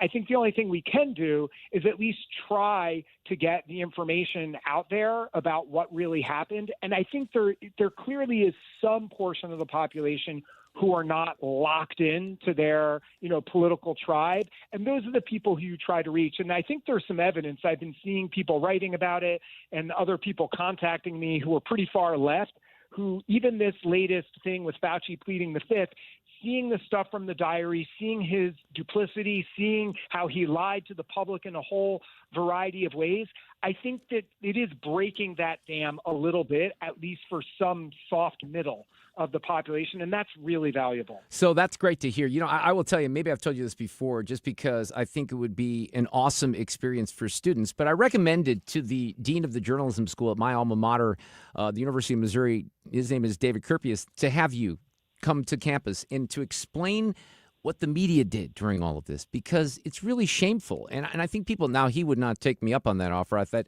I bet David would come to Columbia and maybe do a speech. I just think some of the lessons in your book, and I'm a huge fan. So thank you so much for coming on here. Keep the fight up, and we really appreciate it. Well, it's so kind of you to say, Mark, and it's great talking with you. Thank you very it. much. That's David Zweig. Get his book. Traffic from the 97.1 FM Talk Traffic Center. We've got some volume out there. It's generally in the usual places. So westbound 70, a little bit slow, headed out toward Cave Springs at K and at Wentzville. 64 is Kings Highway out through McCausland. Eastbound is slowing 170 through Big Bend, and that's backing up southbound 170. Then eastbound 64 slowing at 270. Westbound just past Clarkson, and then we've got the left lane down for road work out at Prospect, and that's created a delay.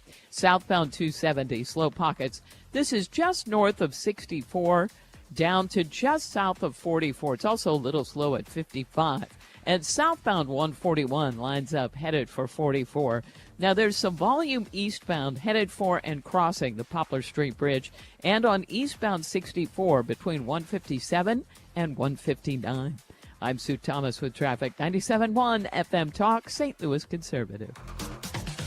Can't get enough 97.1? Follow us on socials. Facebook, X, Instagram at 97.1 FM Talk, and YouTube at 97.1 FM Talk STL. 97.1 FM Talk. Let's connect. It has really become one of my favorite segments of the week, and that's with George Rosenthal from ThrottleNet. We do Tech Talk Tuesdays, and he's amazing. I mean, the amount of information, we could literally do that segment probably every day with how things are moving so quickly. Now, what ThrottleNet does for you, though, is a little different. You know, we are entertained, we're informed, we're maybe scared a little bit by what George shares on Tuesdays, but he is someone that has been doing this for a long, long time, protecting businesses, navigate technology. For over 25 years, they focus on security, strategy, keeping companies productive. A week ago, we had one AI going rogue on another AI. Some of this stuff is nuts out there. You have to stay safe. And one data breach or ransomware attack can really shut you down, cost you a lot of money. And then what do your customers think if they can't trust you as well? No client of ThrottleNet has ever paid a ransom. Their cybersecurity works. They're the only IT company here in St. Louis that backs their cybersecurity with a $500,000 cyber protection program. I know that George has mentioned this too. They're working on some really cool new software to even give more protections to businesses out there. Now, if you are a business that relies on technology, I mean, everybody does, right? This is a great first step. Go to throttlenet.com/971. That gives you your free baseline IT security audit. It's a great way to get clarity on your risk. You can't know where to go if you don't know where to start. They're going to help you. throttlenet.com/971. I'm John Morgan of Morgan & Morgan. Last year, more clients hired Morgan & Morgan than ever before. We now have more offices, more staff, and more lawyers than any other injury firm in the world, protecting America, fighting for you. Visit forthepeople.com for an office near you. In the race for state senate, candidate Tricia Burns is missing votes. In just 4 years, Tricia Burns has missed over 400 votes in the Missouri House. Tricia Burns just didn't show up to vote 400 times. Like the vote blocking China from buying our farmland? Tricia Burns, absent. Banning DEI in state government? Absent. Ending taxpayer-funded abortion? Burns, absent. When conservative values were on the line, Tricia Burns went missing 400 times. Mike Deering for state senate, he shows up and fights for us, for our farmers, for our families, for the conservative values that built Missouri. I'm Mike Deering. I'll fight to protect our conservative values, and I'll be there every single time. Mike Deering for state senate, showing out to fight for our conservative values. Paid for by friends of Mike Deering, Megan Kaiser, Treasurer. Travis Wilson here, State Representative of District 106 in St. Charles, Missouri's first state capital. As a 31-year resident of St. Charles County, I know the issues that are important to our residents, such as protecting women's sports, stopping harmful procedures on minors, and fighting the woke agenda. As your representative, I know what it takes to bring new opportunities to our community to ensure our children have a brighter future. It's been the honor of a lifetime for my family and me to represent you, and I humbly ask for your vote again on August 4th. Paid for by Wilson for St. Charles. Merle Schneider, Treasurer. It's Mark Cox. Celebrate the month of July with Zero Res. Get 3 rooms of carpet clean starting at just $129 and get your air ducts cleaned for $5.99 per unit. Book online at ZeroResSTL.com and take advantage of the savings. Want to make the most of your tax refund? File with TurboTax on Intuit Credit Karma. They help you get your biggest refund, and then we help you do more with it with a personalized plan designed to help you hit your money goals. Start filing today in the Credit Karma app. You're listening to The Mark Reardon Show, 97.1 FM Talk, St. Louis Conservative. Well, as usual, we're hitting the hard topics here this afternoon on 97.1 FM Talk. We started the hour with an intense debate on whether or not, I didn't even anticipate this, Sue. I mean, this came out of nowhere, right? But since we're having brats tonight at Sue's house, and everyone's invited, I think, the whole audience, maybe not. Oh. I didn't know that the topic of putting ketchup on a bratwurst was controversial, but I'm getting killed on the social media on this. Like, nobody is, there's like a couple people on my side. I cannot believe it. Again, going back to my, evidence at Busch Stadium, why would you put out ketchup if people wouldn't want to have ketchup? Hot dogs. It's only for kids. That's what you're saying. Why is ketchup only for kids, Sue? Well, it masks the flavor of a really good brat and the delicate spices and that sort of thing. But maybe it makes it taste better? Well, that, of course, is your opinion. But maybe if you were to try like a fancy one without it, and we'll see what you think. Fred is going to cover me on the ketchup. Yeah, Fred will tonight. bring it, because Fred's mad because the last time he was there, we didn't have any ketchup either. Oh, I didn't realize there was a little history there. Yeah, so Okay. he's bringing his own, so he'll have you covered. But I'm going to have you try it both ways, and we'll see what you think. Well, then you're going to try to make me eat two brats, right? Well, we can cut them in half. Half and half? All right, we'll see what happens. We're looking forward to that. We got Charles Lipson coming up at the top of the hour. We're going to talk politics with Charles. Steve Butz will be here. We love Steve. He's a friend, and we want him to win the state Senate seat. Now, he is in a tough race with another Democrat right now. And, one of the things I've been talking about, and this is, I don't know how many people really do this. I'm going to do it. I'm just going to tell you. I am not in Steve's district, but you can, if you want to, you would be a good example of this.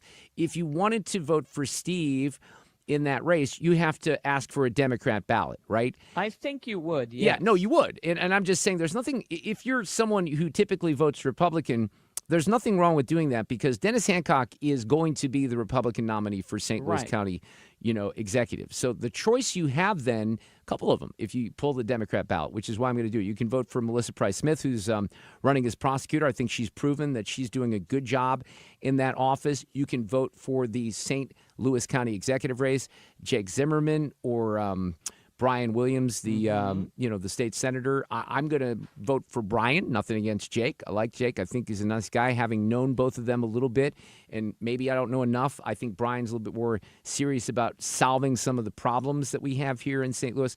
I wish I could say that Dennis Hancock has a chance in the general. I just don't think he does, and I'm basing that on past experience here over the last 15 years with Republicans like Rick Stream and Bill Corrigan coming really close, Sue, really close. Yeah. But it's a Democrat county, and you're just not going to, especially with this particular cycle, I don't think Republicans will do particularly well.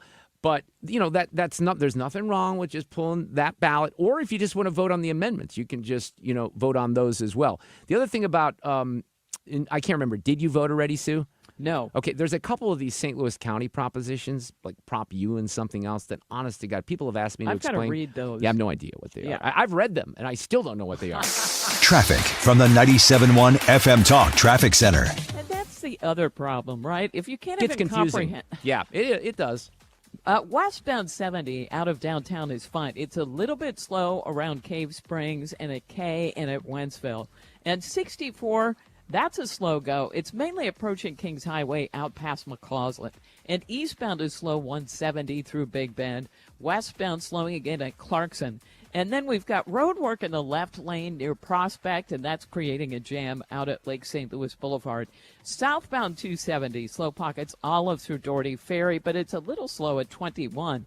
And boy, do we have a jam headed into Illinois. It's really lined up. Headed for the Poplar Street Bridge. This is all ball game traffic, I assume. And that goes all the way through 203. Also on the Illinois side, 64 eastbound slows between 157 and 159. I'm Sue Thomas with traffic. 97.1 FM Talk, St. Louis Conservative. Yeah, on the ballgame front, the Cardinals lost again. A great pitching performance from Andre Palante. Here's some news, though. Quinn Matthews being called up. He's going to start the game Saturday in Toronto. Brought to you by Liberty Mutual Insurance. Liberty, liberty, liberty, liberty. Brought to you by Liberty Mutual Insurance. Why pay full insurance when you can customize and save? Switch to Liberty Mutual and they'll customize your auto and home insurance so you only pay for what you need. Liberty, liberty, liberty, liberty. liberty. When Donald Trump needs conservative votes to help pass his agenda for Missouri, Representative Tricia Burns never answers the call. Tricia Burns has missed 370 votes. Burns is bucking President Trump's priorities. Burns did not vote to stop DEI initiatives, prevent China from owning Missouri land, defund Planned Parenthood, and Burns did not vote to ban boys from girls' sports. Tricia Burns not showing up for Missouri and President Trump. Instead, Tricia Burns spends her time pulling pranks on the suicide prevention hotline. Yes, you heard that right. Tricia Burns lied to the police and staged a fake suicide emergency. She sent a series of messages to the hotline and said she, quote, had a gun to her head, end quote. When she got caught, she said there'd be no consequences because she's a politician. By August 4th, vote to show Tricia Burns that there are consequences to being bad at your job. Let's Go Brandon PAC paid for and is responsible for the content of this advertising. Not authorized by any candidate or candidates committee. Chris Foss, Treasurer.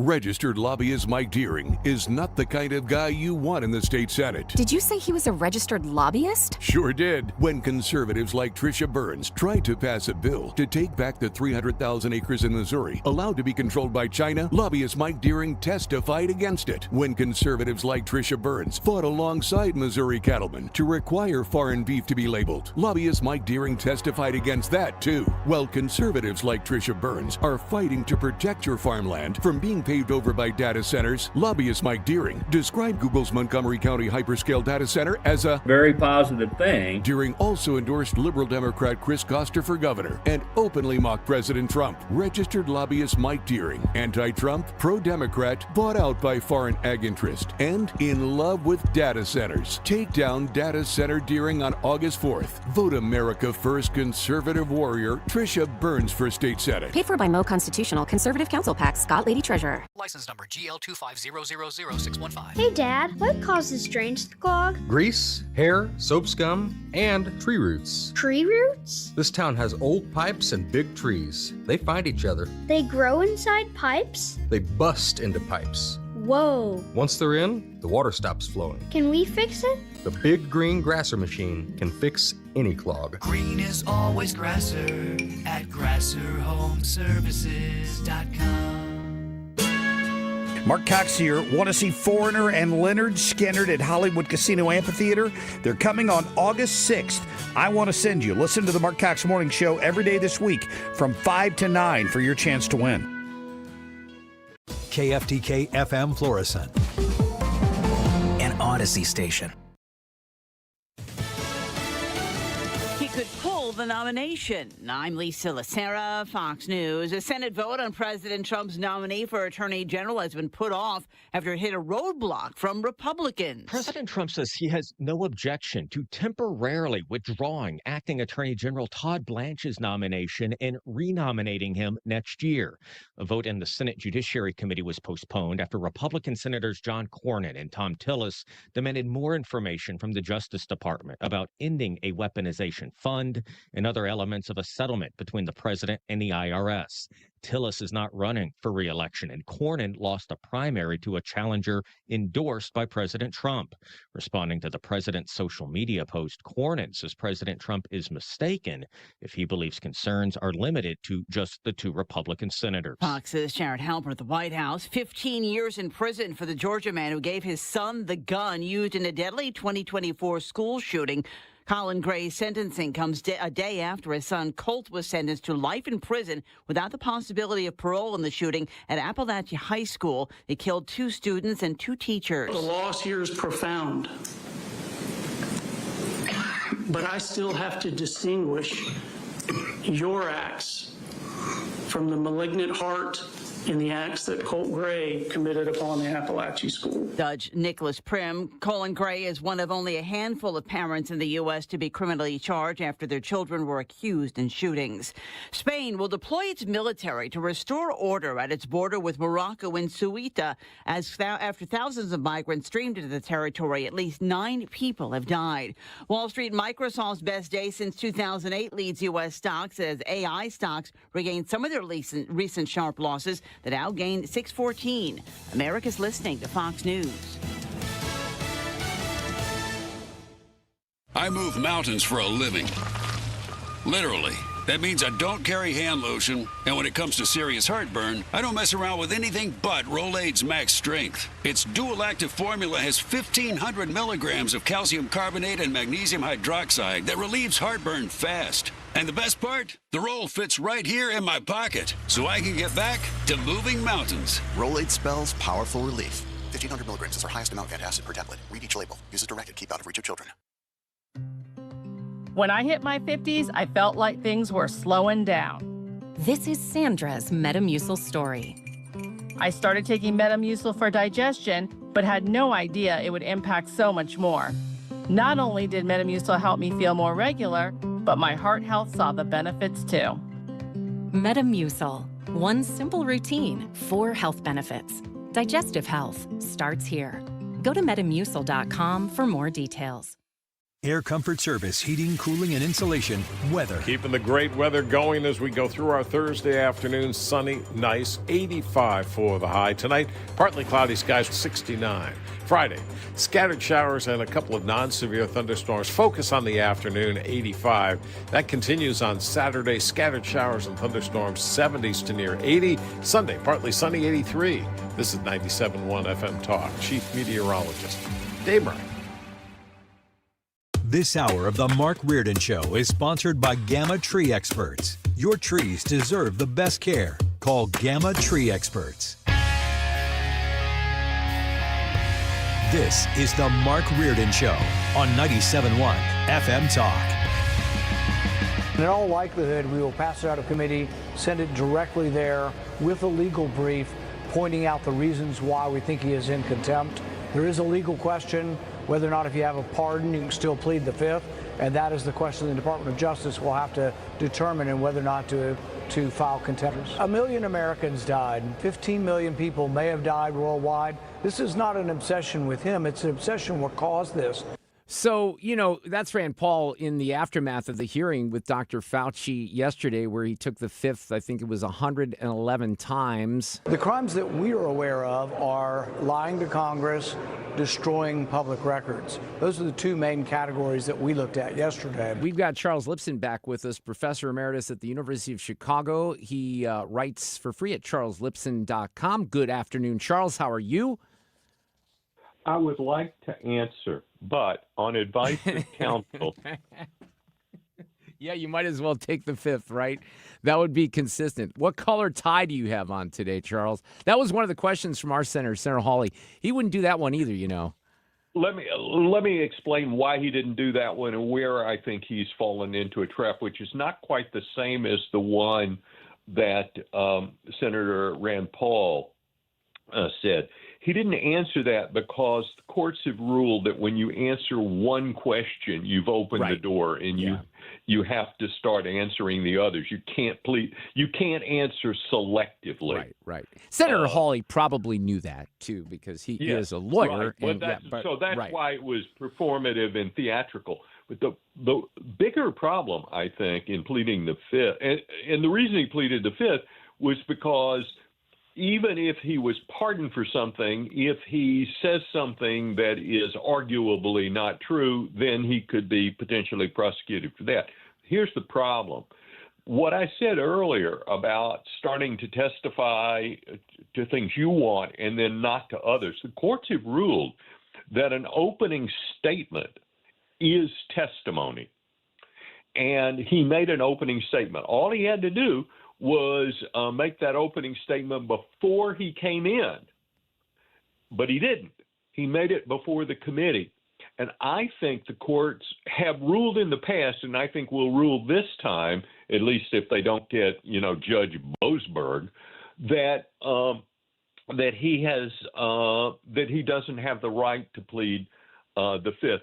Of course, pleading the Fifth this many times, it's just it damages his reputation. But what really damages his reputation is the contrast between what he was saying privately, which we now know from his diaries, and what he was saying publicly.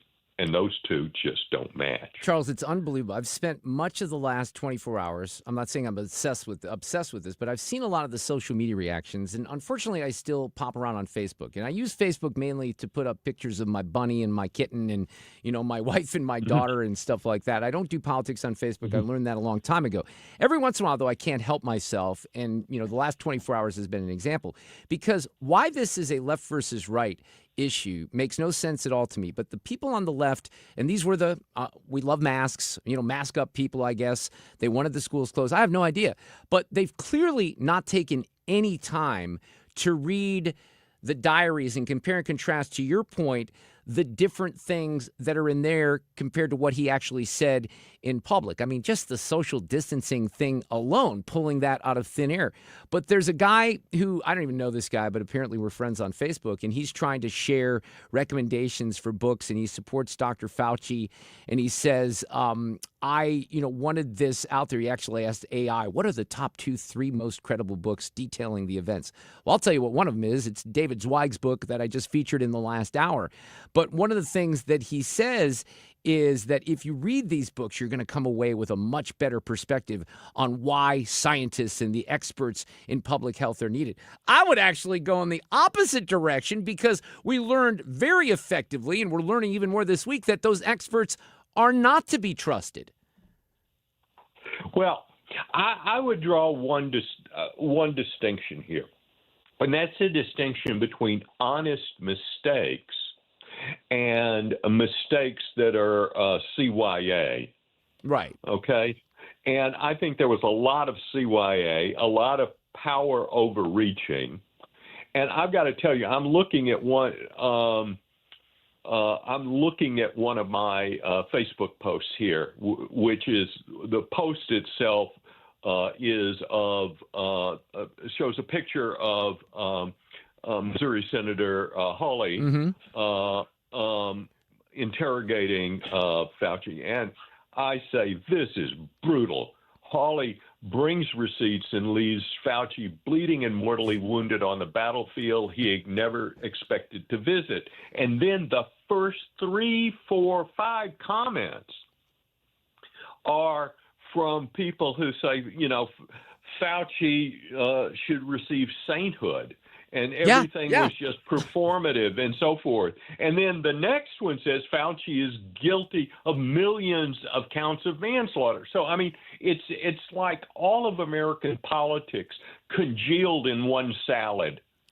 I think, and I've said this multiple times, I think you have to allow for leeway in March and April in particular. A lot of unknowns, right? A lot of unknowns. Right. But as David pointed out in the last hour, and this was something that I was very emphatic about in the summer of 2020 because I knew my daughter was starting kindergarten, this was not affecting kids, young people. I mean, when you really crack into the numbers, it was mainly deadly to people over 70, even between the ages of 60 and 65. I think 60, it started ramping up. But clearly, when you were over 70 and then into the 80s, that's where the numbers were focused. Now, in younger people, and I remember this, not to be mean, but when they showed someone that was 35 or 46 or somebody who was younger, and by the way, the media always tilted it in that direction, they were always people that were overweight and had comorbidities. Now, I'm saying not saying that they deserve to die, but there were factors here that played into different people's health situations that should not have been applied to 5-year-olds and 6-year-olds and 10-year-olds and all these other people. I completely agree. Yeah. They also, the public health officials, if you tested positive for COVID and you died, let's say, of stage 4 cancer, they called it a COVID death. Right. I used to say to friends, for many years, a professor at the University of Chicago, and we claimed, 1 billion Nobel Prizes in the real fields, I should say. But I once joked that we counted as one of our Nobel Prizes anybody who passed through O'Hare Airport. And they sort of did that with COVID. There was a lot of overdose. You were talking about kindergarten. I want to tell you a story before we move on to the latest disasters. Yeah, we're going to talk about Iran. We'll talk about Iran here in a second. Yeah. Okay, but I want to tell you a story that I just heard today. I saw it online, actually.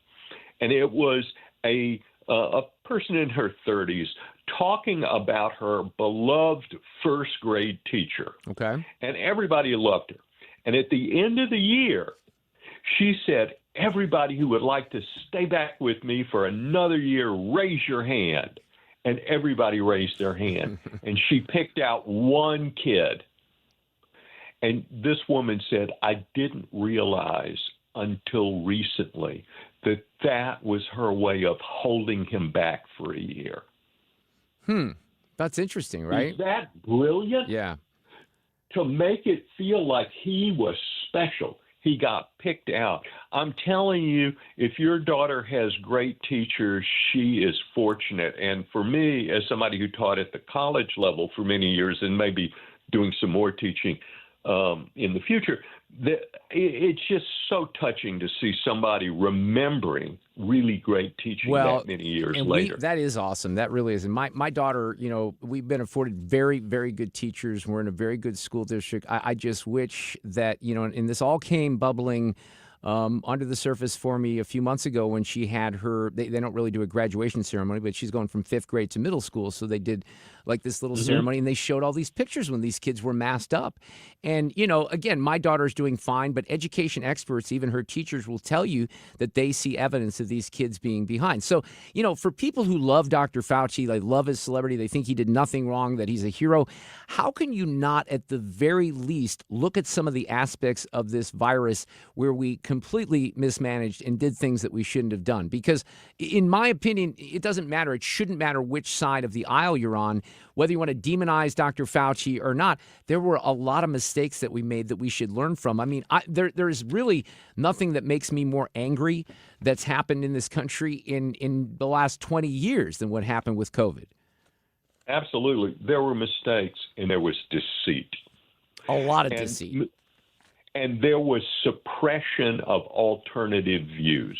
The deceit and suppression of alternative views, including people losing their jobs and all sorts of things, doctor, for simply voicing what we now know were actually correct views. But the point is, one of the values of free speech, and I'm a big free speech advocate, is that you hear different views and people can make up their own mind. We also know that states like Florida, which basically remained open, have suffered far fewer of these setbacks. Right. And so Missouri's in the same boat because we didn't keep things closed as much. Charles Lipson here, professor emeritus at the University of Chicago. All right, let me shift here into some foreign policy and geopolitics, because it almost seems, because of the Fauci diaries, because of some of the other things that have happened with things domestically. I'm going to talk here in a couple of minutes about these young girls that were accosted at the Seattle Storm game. But it almost seems like nobody's talking about the war with Iran. Now, we had an attack that was, I guess, inappropriate on the part of the Iranians. I think I said Iraq. And we responded to that. But, Charles, what in the world is going on? I have no idea how to even assess the current situation in Iran with this war. Well, there were several weeks of bombing. We had 2 more weeks to go. Trump thought he could get a deal. They paused, but instead of pausing for a short period, the Iranians wanted to drag it out, and the administration allowed them to do so. When that sort of cold peace was broken when the Iranians fired on U.S. bases. Now, we took down the missiles, but they also have activated a parallel group, the Houthis in Yemen, to try to block the Red Sea, which goes through the Suez Canal. And they recently, Iran fired on Egypt. So they're trying to spread the war. Here's what I think Trump's big decision. Trump can't pull out. And I think what the public sees is high gas prices at a time of great uncertainty because of AI and a lot of other changes in the economy, and likely rises of interest rates in the near future, and there's been inflation. So I think what Iran would like to do is drag it out, and any time they can spike fuel prices, they will do so up to the election, hoping to take the Republicans out of power. And hamstring Trump going forward. Trump has to understand that, and I think that will ultimately mean he can't just let them drag it out, and he can't let them get into another 5-month negotiation, because what they broke was the only clear part of the memorandum of understanding, which was that they would allow the straits to be open. They didn't do it. They started firing on ships that we're going through. Why would anyone, myself included, be hopeful that any of this is going to settle down or be, reaching more of a conclusion or, finishing the job by the first week in November? Because we're almost at August here, okay? I don't see how this is going to clear up here in a couple of months. I think that you're probably betting on the right side. That is, imagine what Trump has been very, very reluctant, understandably so, and so have the Republicans in Congress, to say anything about regime change. And the reason they've been reluctant is experience. In most cases, it was easy to take out the old regime, but hard to stand up an effective new one in its place. In the case of Iran, it's hard to take out the old one, and it will be hard to stand up anything in its place because they've decentralized all the decision-making. There are a lot of people at the provincial level across Iran that that have arms and can fire. So I think what you're likely to see, though, is Trump ramping up the bombing, and there is a war in the north with the Kurds coming in, and the financial pressure on Iran is very great. I should add that China, which is aiding Iran, is making a grave mistake, because as long as this war continues, China won't be able to get any oil. Yeah, that's kind of fascinating. I'd love to know where that's going to head. Charles Lipson here. One final question. This is important. We had an intense debate earlier in the show, Charles. I'm going to drag you into this debate. My colleague Sue is going to do traffic here in a couple of moments. My friend Sue Thomas. She's having the show over. If you were in town, we'd love to have you, Charles. But the topic is whether or not, now you live in Chicago, so you know the ketchup on a hot dog debate. I lose that battle. I do put ketchup on a hot dog. Do you allow for ketchup on a bratwurst, Charles Lipson? Yes or no? No. Oh, my God. Are you kidding me? Allow ketchup on darn near anything. Charles, I'm getting smoked on this. I feel like my position is correct, and there's nobody agreeing with me. Not even you. You've let me down this afternoon. I am so sorry. You should also listen to Norm Macdonald's discussion of ordering a German bratwurst. Oh, I love Norm Macdonald. He was awesome. I'm going to look that up. Polish sausage. Polish sausage. That's what it was. I will Google that right now, Lipson. Thank you so much. We'll talk soon. We'll see you, Charles. Great to All right, talk take to you. care. Traffic from the 97.1 FM Talk Traffic Center. Oh, my God, Sue. Everywhere I look for support, it's just People with failing. taste. Oh, the people have spoken. My goodness. I love it. Wow. If you are headed out and you're downtown, you're thinking which way, take 70. It's fine in the city. There's some moderate volume headed out toward Wentzville. But 6440 is lined up, and this is ball game traffic. So we're heavy traffic on the streets downtown, and 64 is already jammed right around Grand. And that goes all the way out through McCausland, and eastbound is slow at Big Bend. Then there's an accident westbound. It's just past Chesterfield Parkway. They've got the right lane blocked, and traffic is slow behind that. Once you clear that, we've got the left lane blocked by road work out at Prospect, and it's a slow go there as well. Now, Highway K, there was an accident reported near N, so that's caused a delay. And southbound 270, slow pocket 6440 down through Gravois, and we've got a jam. If you're headed into Illinois, east of Jefferson across the bridge all the way to 203. This report is brought to you by Lakeside Renovation and Design. For over 25 years, they've been St. Louis's trusted choice for transforming homes inside and out. Everything from windows to bathrooms, and they deliver quality craftsmanship backed by lifetime warranties. Visit lakesiderd.com to start your dream project today. I'm Sue Thomas with traffic on 97.1 FM Talk, St. Louis Conservative. So I have pulled up the Norm Macdonald bid on Polish sausage. I'm going to see if I'm going to vet that and see if it's something we should air tomorrow. But you know what? I'm just going to tell you, put ketchup on my Polish sausage too. Yeah. Mark Yes. Reardon. Yeah.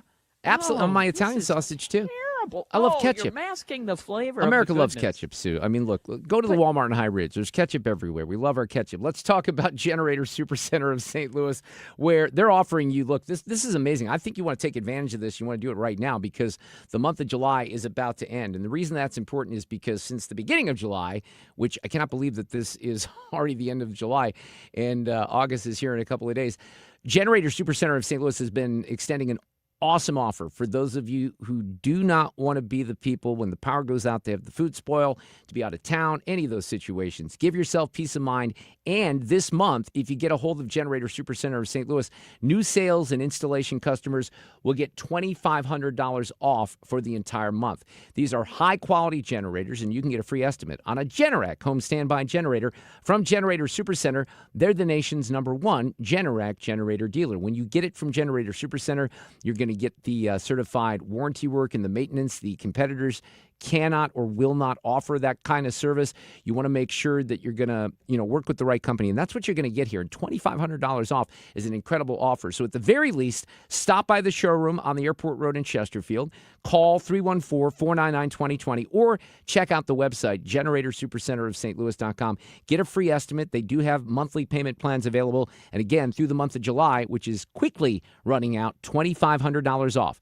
GeneratorSupercenterofSt.Louis.com. Mark Cox here. Join me, Annie Fry, and Mark Reardon, along with Bob and Tammy Kershaw of the Retirement Advisory Group, to learn how to create your worry-free retirement. We'll meet August 11th at the DoubleTree Hotel in Chesterfield at 6:30. Here are Bob and Tammy with more. Are you nearing retirement or already retired and wondering how to turn your 401k and IRA into a worry-free retirement? Would you like to learn the strategies that give you market growth but protects you from market losses at the same time? Would you like to get a free personalized retirement income plan? And did you also know if you're 59 and a half or older, you can roll over your company retirement plan tax-free to create a worry-free retirement? If you're 59 and a half or older, you cannot afford to miss this event. Have a worry-free retirement. Join the official financial advisors of my show, Bob and Tammy Kershaw, at the DoubleTree Hotel in Chesterfield, Tuesday, August 11th at 6:30. Go to retirementkey.com. That's retirementkey.com.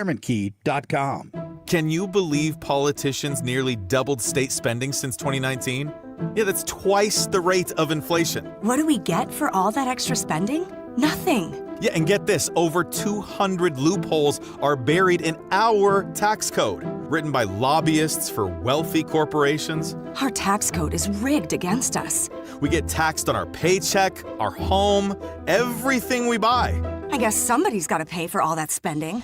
That's why we need Amendment 5. It puts politicians on a leash. Forces them to cut taxes and control spending, whether they like it or not. Amendment 5 closes the loopholes, eliminates income taxes, cuts property taxes, and gives $3,000 a year to average working families. We decide, not the politicians. Amendment 5 is the biggest tax cut in Missouri history. I'm voting yes on Amendment 5. Paid for by Missouri Promise PAC. Mark Ellinger, Treasurer. When you're approaching retirement, there are a lot of questions to answer. Do you have enough money to fund your income for life? How should you claim Social Security? And what's your plan for health care and long-term care? Hi, I'm Eric Robert, Director of Investments with the ClearPath Wealth Management Group at Stifel and host of On the Money Saturday mornings at 11 on 97.1 FM Talk. Don't leave your retirement to chance. It's crucial to understand and address relevant risks before you retire. Our team can help you get organized, guide you through critical retirement decisions, and create an investment portfolio designed around your needs. To schedule your free retirement plan consultation, go to clearpathinvesting.com. That's clearpathinvesting.com. Or call us at 636-695-2650. That's clearpathinvesting.com or 636-695-2650. Stifel Nicholas and Company Incorporated, member SIPC and NYSE. You're listening to The Mark Reardon Show on 97.1 FM Talk, St. Louis Conservative.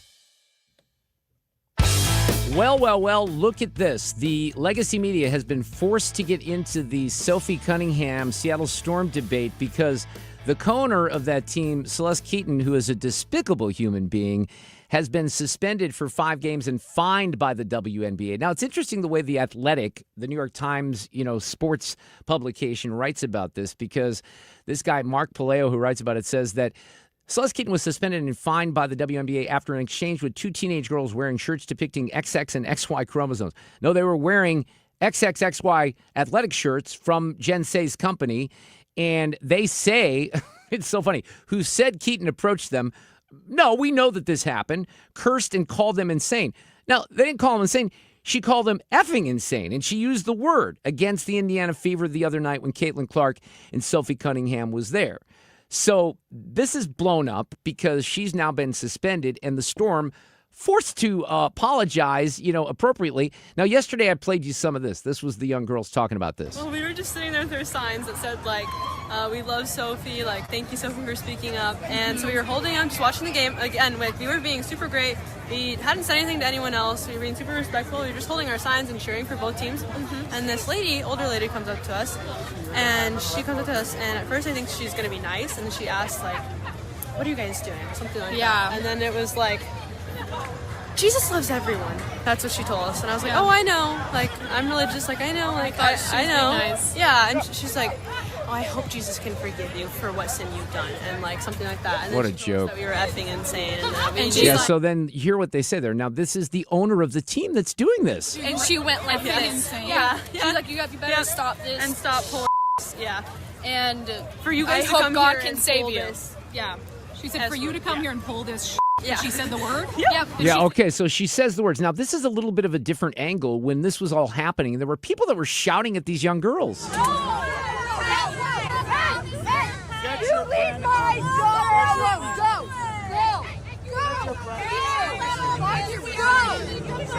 Now, these 2 girls are 16 years old, and they're being harassed by not only the owner of the Seattle Storm, but fans of the Seattle Storm.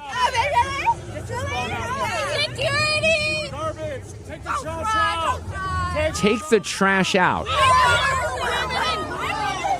That guy is referring to those 16-year-old girls. Now, he apparently works for, I saw something, you got to be careful out there, ladies and gentlemen. Lives of TikTok or one of those other handles out there gets a hold of your behavior, which is reprehensible, and you're likely to become famous. And that girl or that woman, the man who was saying that is about to become famous and probably lose his job. So here is Riley Gaines on this. This is so outrageous. Why there's not more people speaking out against this? I wonder if ESPN has done that. Now, they did cover it. They finally covered it. Has anyone said anything on ESPN? Has anyone said anything on CNN? Being heckled by grown men and grown women, which now to the left, that's considered progressive.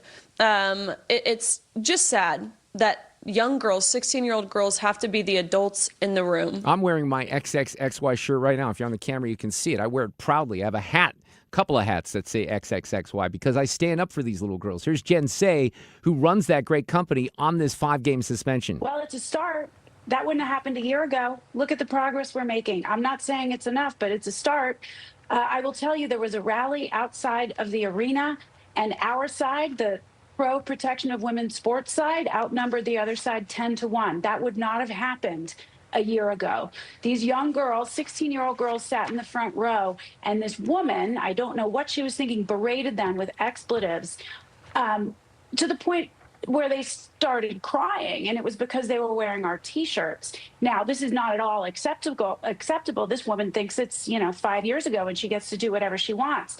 But our side came out in force. Thank goodness. It was okay a year or two ago. Is not okay anymore. The IOC says it's not okay. No men in women's sports. Women's Tennis Association. We are making progress. And now the biggest star in women's basketball has also spoken up. So I don't know if it's enough, but it's something. Yeah, it is something. It's a big deal. And Sophie's doing great here because she is not backing down. And these little girls, I saw something that Sophie said on her X. She's going to send some gear, some signed jerseys because they deserve it. Those girls were nice to everyone. They sat there quietly holding a sign. They cheered for both teams. Let's be clear. They're the nice ones. And this crazy old lady was yelling at teenagers until they cried. there is room for everyone. Dress how you want, be who you want, but we're not going to further a lie.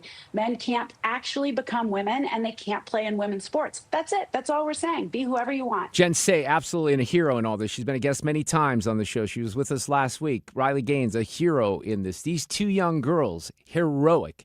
And I said this yesterday. Look, even though there's probably only a handful of crazy lefties listening right now, the moderate lefties, the people who have any common sense, 98% of the people who would have seen that go down, if they're even told about it, because the media will protect them, they'll think it's horrific that these two little girls were brought to tears by the owner of a WNBA basketball team. By the way, an owner that has a team that sucks ass. Like they're 6-24.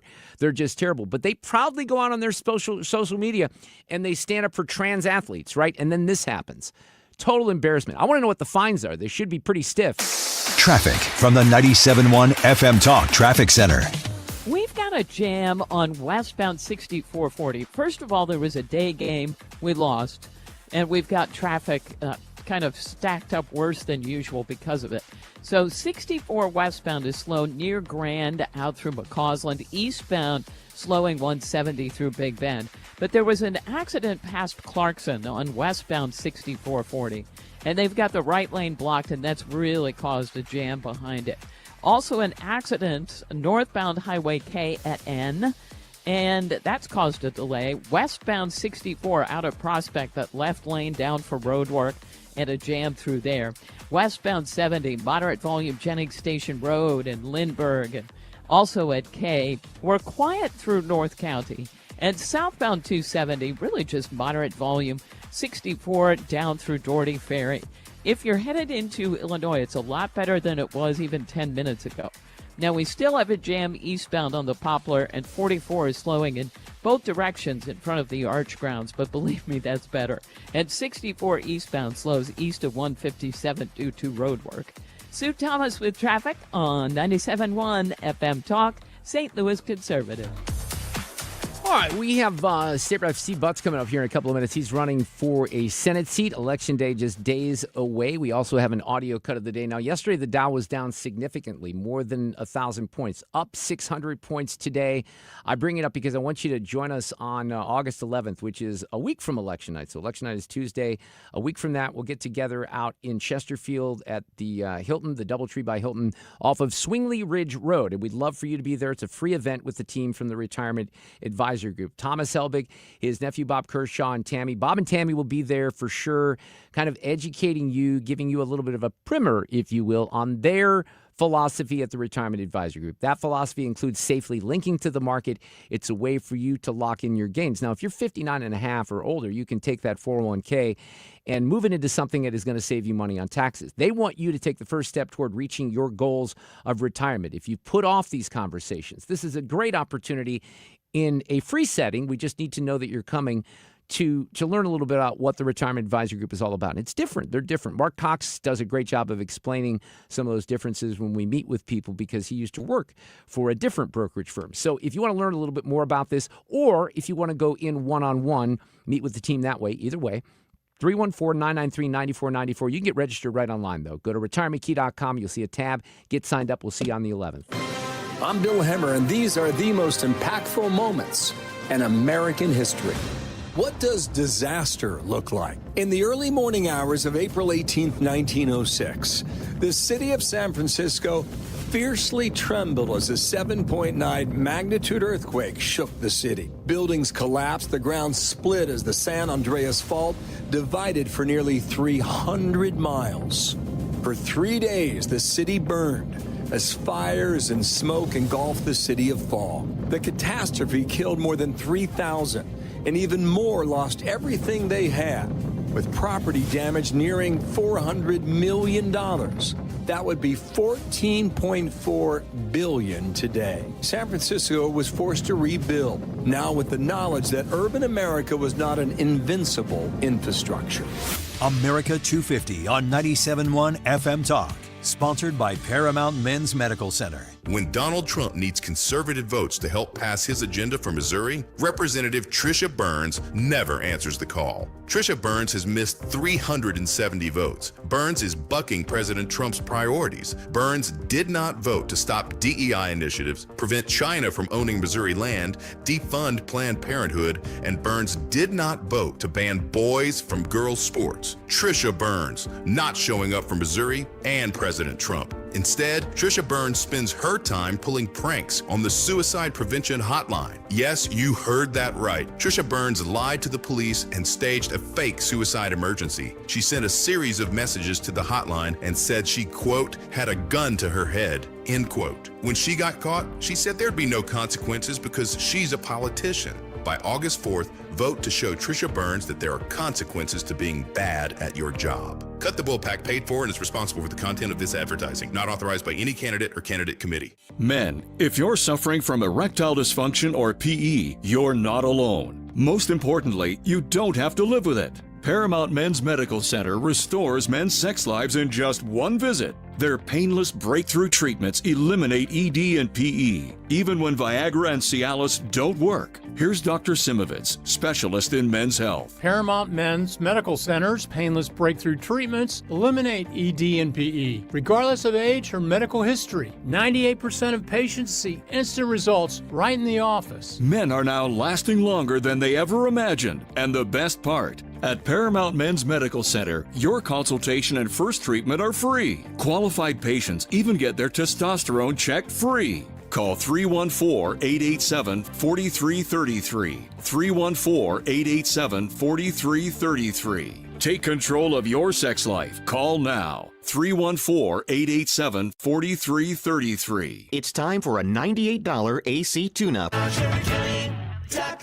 538, this portion of the show is sponsored by Jerry Kelly, heating, air conditioning, electrical, and plumbing. From Cottleville to Maryville, 97.1 FM Talk, St. Louis Conservative. All right, we're just a few days away from the primary on Tuesday. There is no excuse voting that can take place right now, so many of you have already voted. If you live in the 4th Senate District, there's no Republican in the race, so this is going to all be decided on Tuesday between State Rep Steve Butz, who's a good friend of mine and the show and a roundtable veteran, and former State Rep Gina Mitten. This is one of the races people are keeping an eye on. So what I'm encouraging people to do, and, you know, this is true for St. Louis County Executive, too, because Dennis Hancock is going to be the Republican nominee. You can pull a Democrat ballot and vote in this race, I would suggest, for Steve Butz. He's with us this afternoon on 97.1 FM Talk. I don't know, does that help you or hurt you that I'm telling people to vote for you?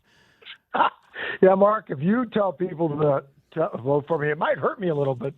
But, no, I appreciate it. It is important, you know, when you just when the real election is decided at the primary level, it's important that people know that if you live in the city or the inner burbs of the county, you have to pull a Democratic ticket, and I hope they get in the habit of pulling that Democratic ticket. Yeah, I hope they do too. So, you know, you and I know each other pretty well. We've become friends, but I did not know. I found this in this profile they did in the Missouri Independent. Is this true that when you were a young man, your mom made you a sign that said Steve Butz for alderman, and it still sits in your home in Holly Hills? Yeah, that is true. I didn't know that was in an article. So my mom loved politics. She instilled in all of us, but I was the oldest one. I always said I spent the most time with her. So she did love politics, and yeah, she did. She, I think when I turned 18 or 21, she goes, "This is a dream I have for you, and I hope someday it comes true." And it was just a little sign, you know, and I do have it to this day. That's awesome. So, that's pretty cool. It was awesome, and it really reminds me of her now. So Gina Mitten says, if Representative Butz and I had similar voting record, I wouldn't be in this race. I would feel comfortable having myself and my daughter and my community represented by him. She says, if you voted that way, she's trying to make this about abortion, right? So on that front, you're Catholic. Do you consider yourself pro-life, pro-choice? Do you define yourself that way?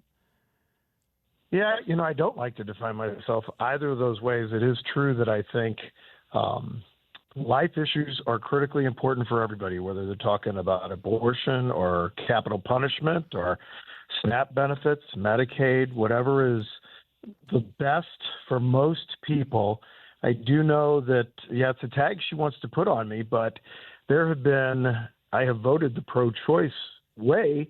The bills that have been presented in Jeff City have been so extreme, not allowing exceptions for rape and incest and serious health complications of the mother. Just as an example, it was amendments I tried to get on 7 and 8 years ago and wasn't able to. And I remember giving one of my very first speeches on the House floor saying this lack of compromise from the more quote-unquote pro-life side is going to come back to bite hard. And it did. You saw when Amendment 3 passed.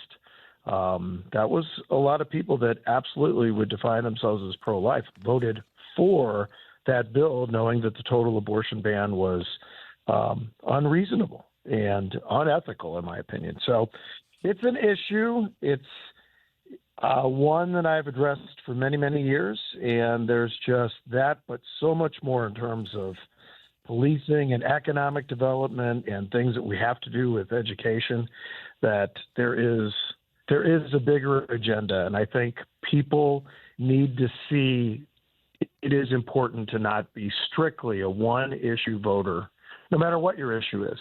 Well, you have to find compromise where you can work with people. When you're knocking on doors, and you've been doing this for a while now, and you're probably going to have a big effort here this weekend, door knocking, whatever the case may be. But are people, coming out of the chute on abortion? I've never, even on the Republican side, I know that's an issue that is very, very important, and I'm pro-life, and I understand that. But to your point, I'm not sure that's what the voters of the 4th District or anywhere in Missouri are really as focused on, at least not for this election, because that's going to come up again in the fall. But it has to be economic issues and issues of public safety, right? Yeah, I mean, that is the case.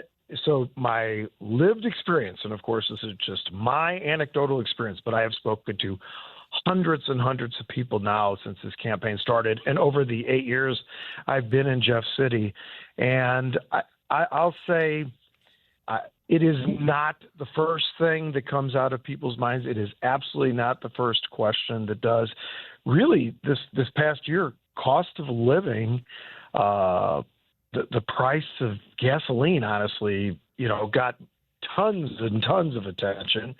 And schools in the city, which is where 60% of this district is, also is top of mind. Public safety, always top of mind. And so, yes, it is an important issue. I have not found it anecdotally to be the first issue that people discuss. Even when I take questions in town halls, it comes up half the time, and it is not the number one issue. So what about this? Because you were one of only 7 Democrats who, including 3 others who represent St. Louis County, who broke with your party. You voted in favor of the bill that put the governing power in the hands of a state board rather than local officials, kind of taking back local control. Some of us were a fan of local control. We realized that it wasn't working, and you were one of those people that decided, that it wasn't working. Are you getting pushback on it? Do you regret that vote? I don't regret the vote. I do regret the way it has worked out. Certainly it is not, I expected a bumpy start to a change like this, a new group, but it was more than bumpy and some ineptness. And I think the attorney that was representing the board was doing no one any favors. I do believe that the concept of a police board of commissioners of city residents that have to come through, they're appointed by the governor, but they have to be approved and certified in the state Senate and introduced by the senator from the 4th District. That's why this is such an important race, and the 5th District. So currently Steve Roberts and Carla May. I mean, it makes this critical. Yeah, that's important. And I think that I'm the only city guy in this race. I think that's a big issue for city residents. We have to keep the Senate seat with the city. All right, pull a D ballot, vote for Steve. That's my recommendation. But this may be the defining question of the moment, Steve. And it came up earlier on the show, and it's been something that has not gone my way. But do you allow, and we're not talking about hot dogs here, do you allow for ketchup on a bratwurst, Steve? Never. That would be horrible. God, what is going on with people? I don't understand. Barbecue sauce would be okay. Ketchup, completely anathema. And I'm a mustard guy, And not because I'm a Cubs fan, but I Okay. just Oh, think my there's God. no way ketchup belongs on a brat. It does, though. You've been to Busch Stadium. They offer ketchup and mustard. Why would they offer ketchup? they Sue are- will say because it's for kids. No, yeah, for the 5-year-olds, that's why, Mark. Because the 5-year-olds like ketchup on everything. I'm pulling back my Mustard's too endorsement. tangy. Pulling back the endorsement. We'll see you next week. Thank you. Good luck. See you next Take week. care. Traffic from the 97.1 FM Talk Traffic Center. You zip it, all right? That's what I love say. it. You I just love zip it it so right much. now. I can't believe this is a crushing defeat that I did not expect this afternoon from the Yeah. audience and my guests and my Oh. colleagues. Yeah. I'm just defeated, Sue. We're going to try. Well, you're going to try it. We'll see how it goes. Now, on the roads this afternoon, we've had issues. The game let out. We lost. And things are getting better, but we had more volume than usual. Now, 70 is a little slow at Jennings Station Road and past 94 and K. Well, now it's jammed approaching Highway A. We've got a report of an accident out there. Now, westbound 6440, slow pockets, Kings Highway, and this goes out through 270. There was an accident reported northbound 270 at Ladue Road. And then it's slow again, kind of at Timberlake Manor. They cleared the accident at Chesterfield Parkway, but they've got the left lane down for road work at Prospect, and that's causing a delay. Still some volume on the Illinois side coming off of the Poplar Street Bridge and headed for 203. I'm Sue Thomas with traffic on 97.1 FM Talk, St. Louis Conservative. Missouri's primary election is Tuesday, August 4th. Join me, Mark Reardon, along with our expert panel as we break down the biggest races, critical amendments, and results in real time. Election coverage Tuesday, August 4th at 7 p.m. on 97.1 FM Talk. Yeah, it's going to be fun. Former State Senator John Lamping will be with us tomorrow on the Reardon Roundtable. He's going to help me host that. He's usually my election partner on most of these races. We'll do it again in November as well. But this one really, we were talking about this in a little bit of a staff meeting. There might be more things on the line here in this primary for Missouri than even in the general election, although we have another Amendment 3 with abortion. Let's talk about your mortgage rate right now. Maybe you're someone who's thinking about buying a home, but you're like, wait, the rates are not what I would anticipate. I'm refied here at like 3% or 3.5%. Why would I want to go to 7 or 8%? Well, Stuart at Stewie's American Mortgage has a great deal for you because he's going to offer you a 1% discount on an interest rate for a new 30-year loan. You lock in a 1% lower rate, and you still get the bagel loan, no closing costs. That is a limited time offer. It might even expire this week. This was another offer that he introduced the beginning of this month. Don't know how long it's going to last. If you refi, and by the way, this is super easy because I'm going to give you a cell phone here in a moment. If you refi and you go from an FHA to a conventional loan, the same thing, 1% discount on the refi plus the bagel loan. And that means you pay no appraisal fees, no closing costs, no title fees, no broker fees. The goal here is to tap into the equity, get the cash that you need, save you money, make it efficient, quick closes in as little as 10 days. That gives you a big advantage if you're buying a home. Someone else can't close for 30, you can close in 10. The buyer's going to go with you.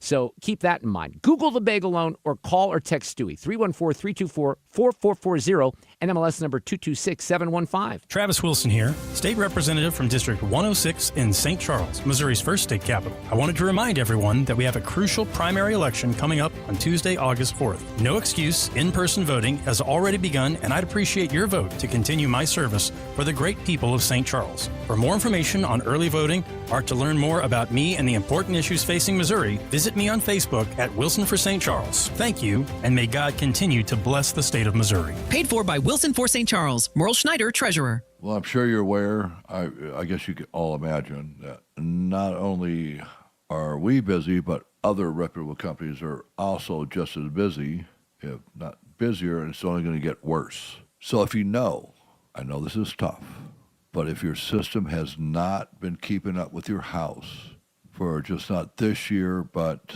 last year, the year before, and even the year before that, if you want to quit doing it and just get it done, just call me, Bart Inman, and it's one easy number, the easiest of numbers that sometimes I forget. So write it down. 314-293-2600, Missouri and Illinois, or on the internet, bartinman.com. That is Bart with a B, Inman with an I.com. God bless. Nothing makes a gathering great like Eggland's Best Eggs. They're just so delicious with better nutrition, too. For us, it's eggs any style, as long as they're the best. Eggland's Best. Better taste, better nutrition, better eggs. The Mark Reardon Show, 97.1 FM Talk, St. Louis Conservative.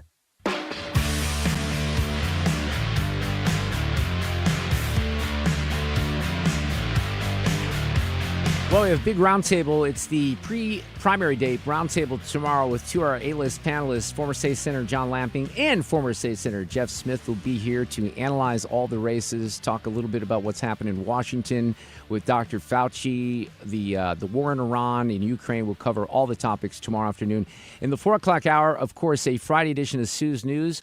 We'll get Paul Hall on entertainment. Pusamano will be here on sports. By the way, I'm going to, I think this might be tomorrow, I'm about to kick off a listener trip to Croatia for next spring, summer. It's like the end of May. This is going to be a mind-blowingly fun trip. It's very limited. We're actually going to take this on a small, it's almost like a yacht. There's like 36 passengers total. So it's going to sell out very fast. And my friend Mike Kenny, who took me and a bunch of listeners to Spain 3 years ago and to Greece 1 year ago, he's arranging this trip, and I'm going to reveal some details. We might be able to do that as early as tomorrow. Also on the show tomorrow, we'll visit with Brian Kilmeade in the 5 o'clock hour. He'll be here. And then comedian TJ Miller. I like TJ quite a bit. The comedians are tough. I've told you this before. Even interviewing comedians, really tough. He's a guy that's been in a ton of movies. If you don't know his name, he was in the Deadpool movie and the sequel. He had a fun role. I think he was like the bartender in that. He was really big star in the show Silicon Valley. He had some things that kind of, I don't think it was a Me Too thing, but there were some things that came up that were negative about him, maybe on sets or whatever. But he's a great stand-up comedian. He's coming to town this weekend. He's going to visit with us in the 5 o'clock hour tomorrow, so that will be fun. I've seen his show. Actually, we'll do these interviews with comedians. I don't always go to the show. I really wanted to see George Wallace a couple weekends ago, and I couldn't manage that. The last time TJ was in town, I saw his show, and I thought it was fantastic. So we'll have him in here in the 5 o'clock hour. We'll also do this tomorrow, but let's do it right now. Stand by. Playback ready. Now, the audio cut of the day. Look, I'm so disgusted by Anthony Fauci's behavior and the revelations in these diaries, and I just cannot believe that so many of our friends on the left don't see things the way that most of us do, which that COVID, while it did kill a lot of people, it was killing older people. It was also not killing or affecting younger people at all. And what happened in this situation is we closed the damn country down. We did it for way too long. And the media, you can blame Dr. Fauci. I would blame Dr. Fauci on a lot of things. But the legacy media, of which I will play a montage of here in the supercut, they should be the ones you should be most angry about. That's why, and I even did this, I poked someone on Facebook earlier this afternoon because someone was recommending books on COVID. And I said, the only book you need to read on COVID is David Zweig's book, An Abundance of Caution, because it will offer you insight into the nonsense that went on 5 years ago and the media culpability. Some examples. President Trump wrote on Twitter, "Don't be afraid of COVID. Don't let it dominate your life." Don't let it dominate your life? In terms of responding to a comment like that, it's gross. It's okay to be afraid of COVID, and it's okay that it's dominating your life. Everyone should be afraid of COVID. You shall know the truth, and the truth shall set you free. I can't come in, Mom. It's because of this flu thing. We won't be free of this pandemic until we listen to the acknowledged truth. Listen to the scientists. Science is truth. Science is truth. What is the impact to public health when people are openly questioning the science? What? Well, really? Jim Acosta? What was that? Acosta, or was that? That was the other guy on CNN. Really? That's where you want to go after all the revelations, after the learning loss, the mental illness, the anxiety that these kids have, not to mention the isolation. Something else, David Zweig wrote about this in his book because we talked about it at the time, the majority of child abuse in this country happens at home. You had kids that were being abused or kids that weren't being vaccinated and all these other things that were being overlooked because we were so afraid of COVID. We should have never feared COVID, never feared COVID. Should have taken care of ourselves, made sure we were healthy, made some good decisions. We should have not feared it. We should have feared Dr. Fauci and the legacy media. Traffic from the 97.1 FM Talk Traffic Center. Had some issues on the roads today, but things are looking up. Now, we're quiet through North County. Westbound 70, a little slow at Jennings Station Road. And again at, looks like just past 94 at Zumbel. Oh, shoot. Now we have an accident eastbound 70, and that's east of Truman, Harry S. Truman Boulevard. So there's a slow go there. And then westbound really is jammed. This is from Bryan Road out to an accident near Highway A. Now, 64 is thinning out, but we still have a slow go at Hampton. And again at 270 at Clarkson and out at Prospect. Southbound 270 looks fine now. There was an accident, though, on southbound 141 close to Springdale, especially as you head toward Winding Bluffs Drive, and expect a slow go there. On the Illinois side, we're much better, but westbound 44 in front of the Arch Grounds, there's an accident reported. I'm Sue Thomas with traffic on 97.1 FM Talk. St. Louis Conservative. It's time for a $98 AC tune-up. Honey, I found the one. Oh, I thought I was the one. Oh, you are, but this one's certified, background check, shows up on time, and can install all the ceiling fans. Heating, cooling, electrical, and plumbing. Trusted pros who do it right. I want to guide you into some excellent legal help here in the area of family law, and that's Susan L. Ward. She can be reached at the law offices of Susan L. Ward, LLC. They have a beautiful office. They moved into it about 15 months ago, last May, at Manchester and 270 in De Pere. The website really has everything that you can really need. You can find out what the law firm is all about, what they do in particular. I mean, it's family law, so it covers a big range, not only divorce, post-divorce issues, modifications, issues related to children. I mean, some of this goes into, grandparent visitation and paternity disputes.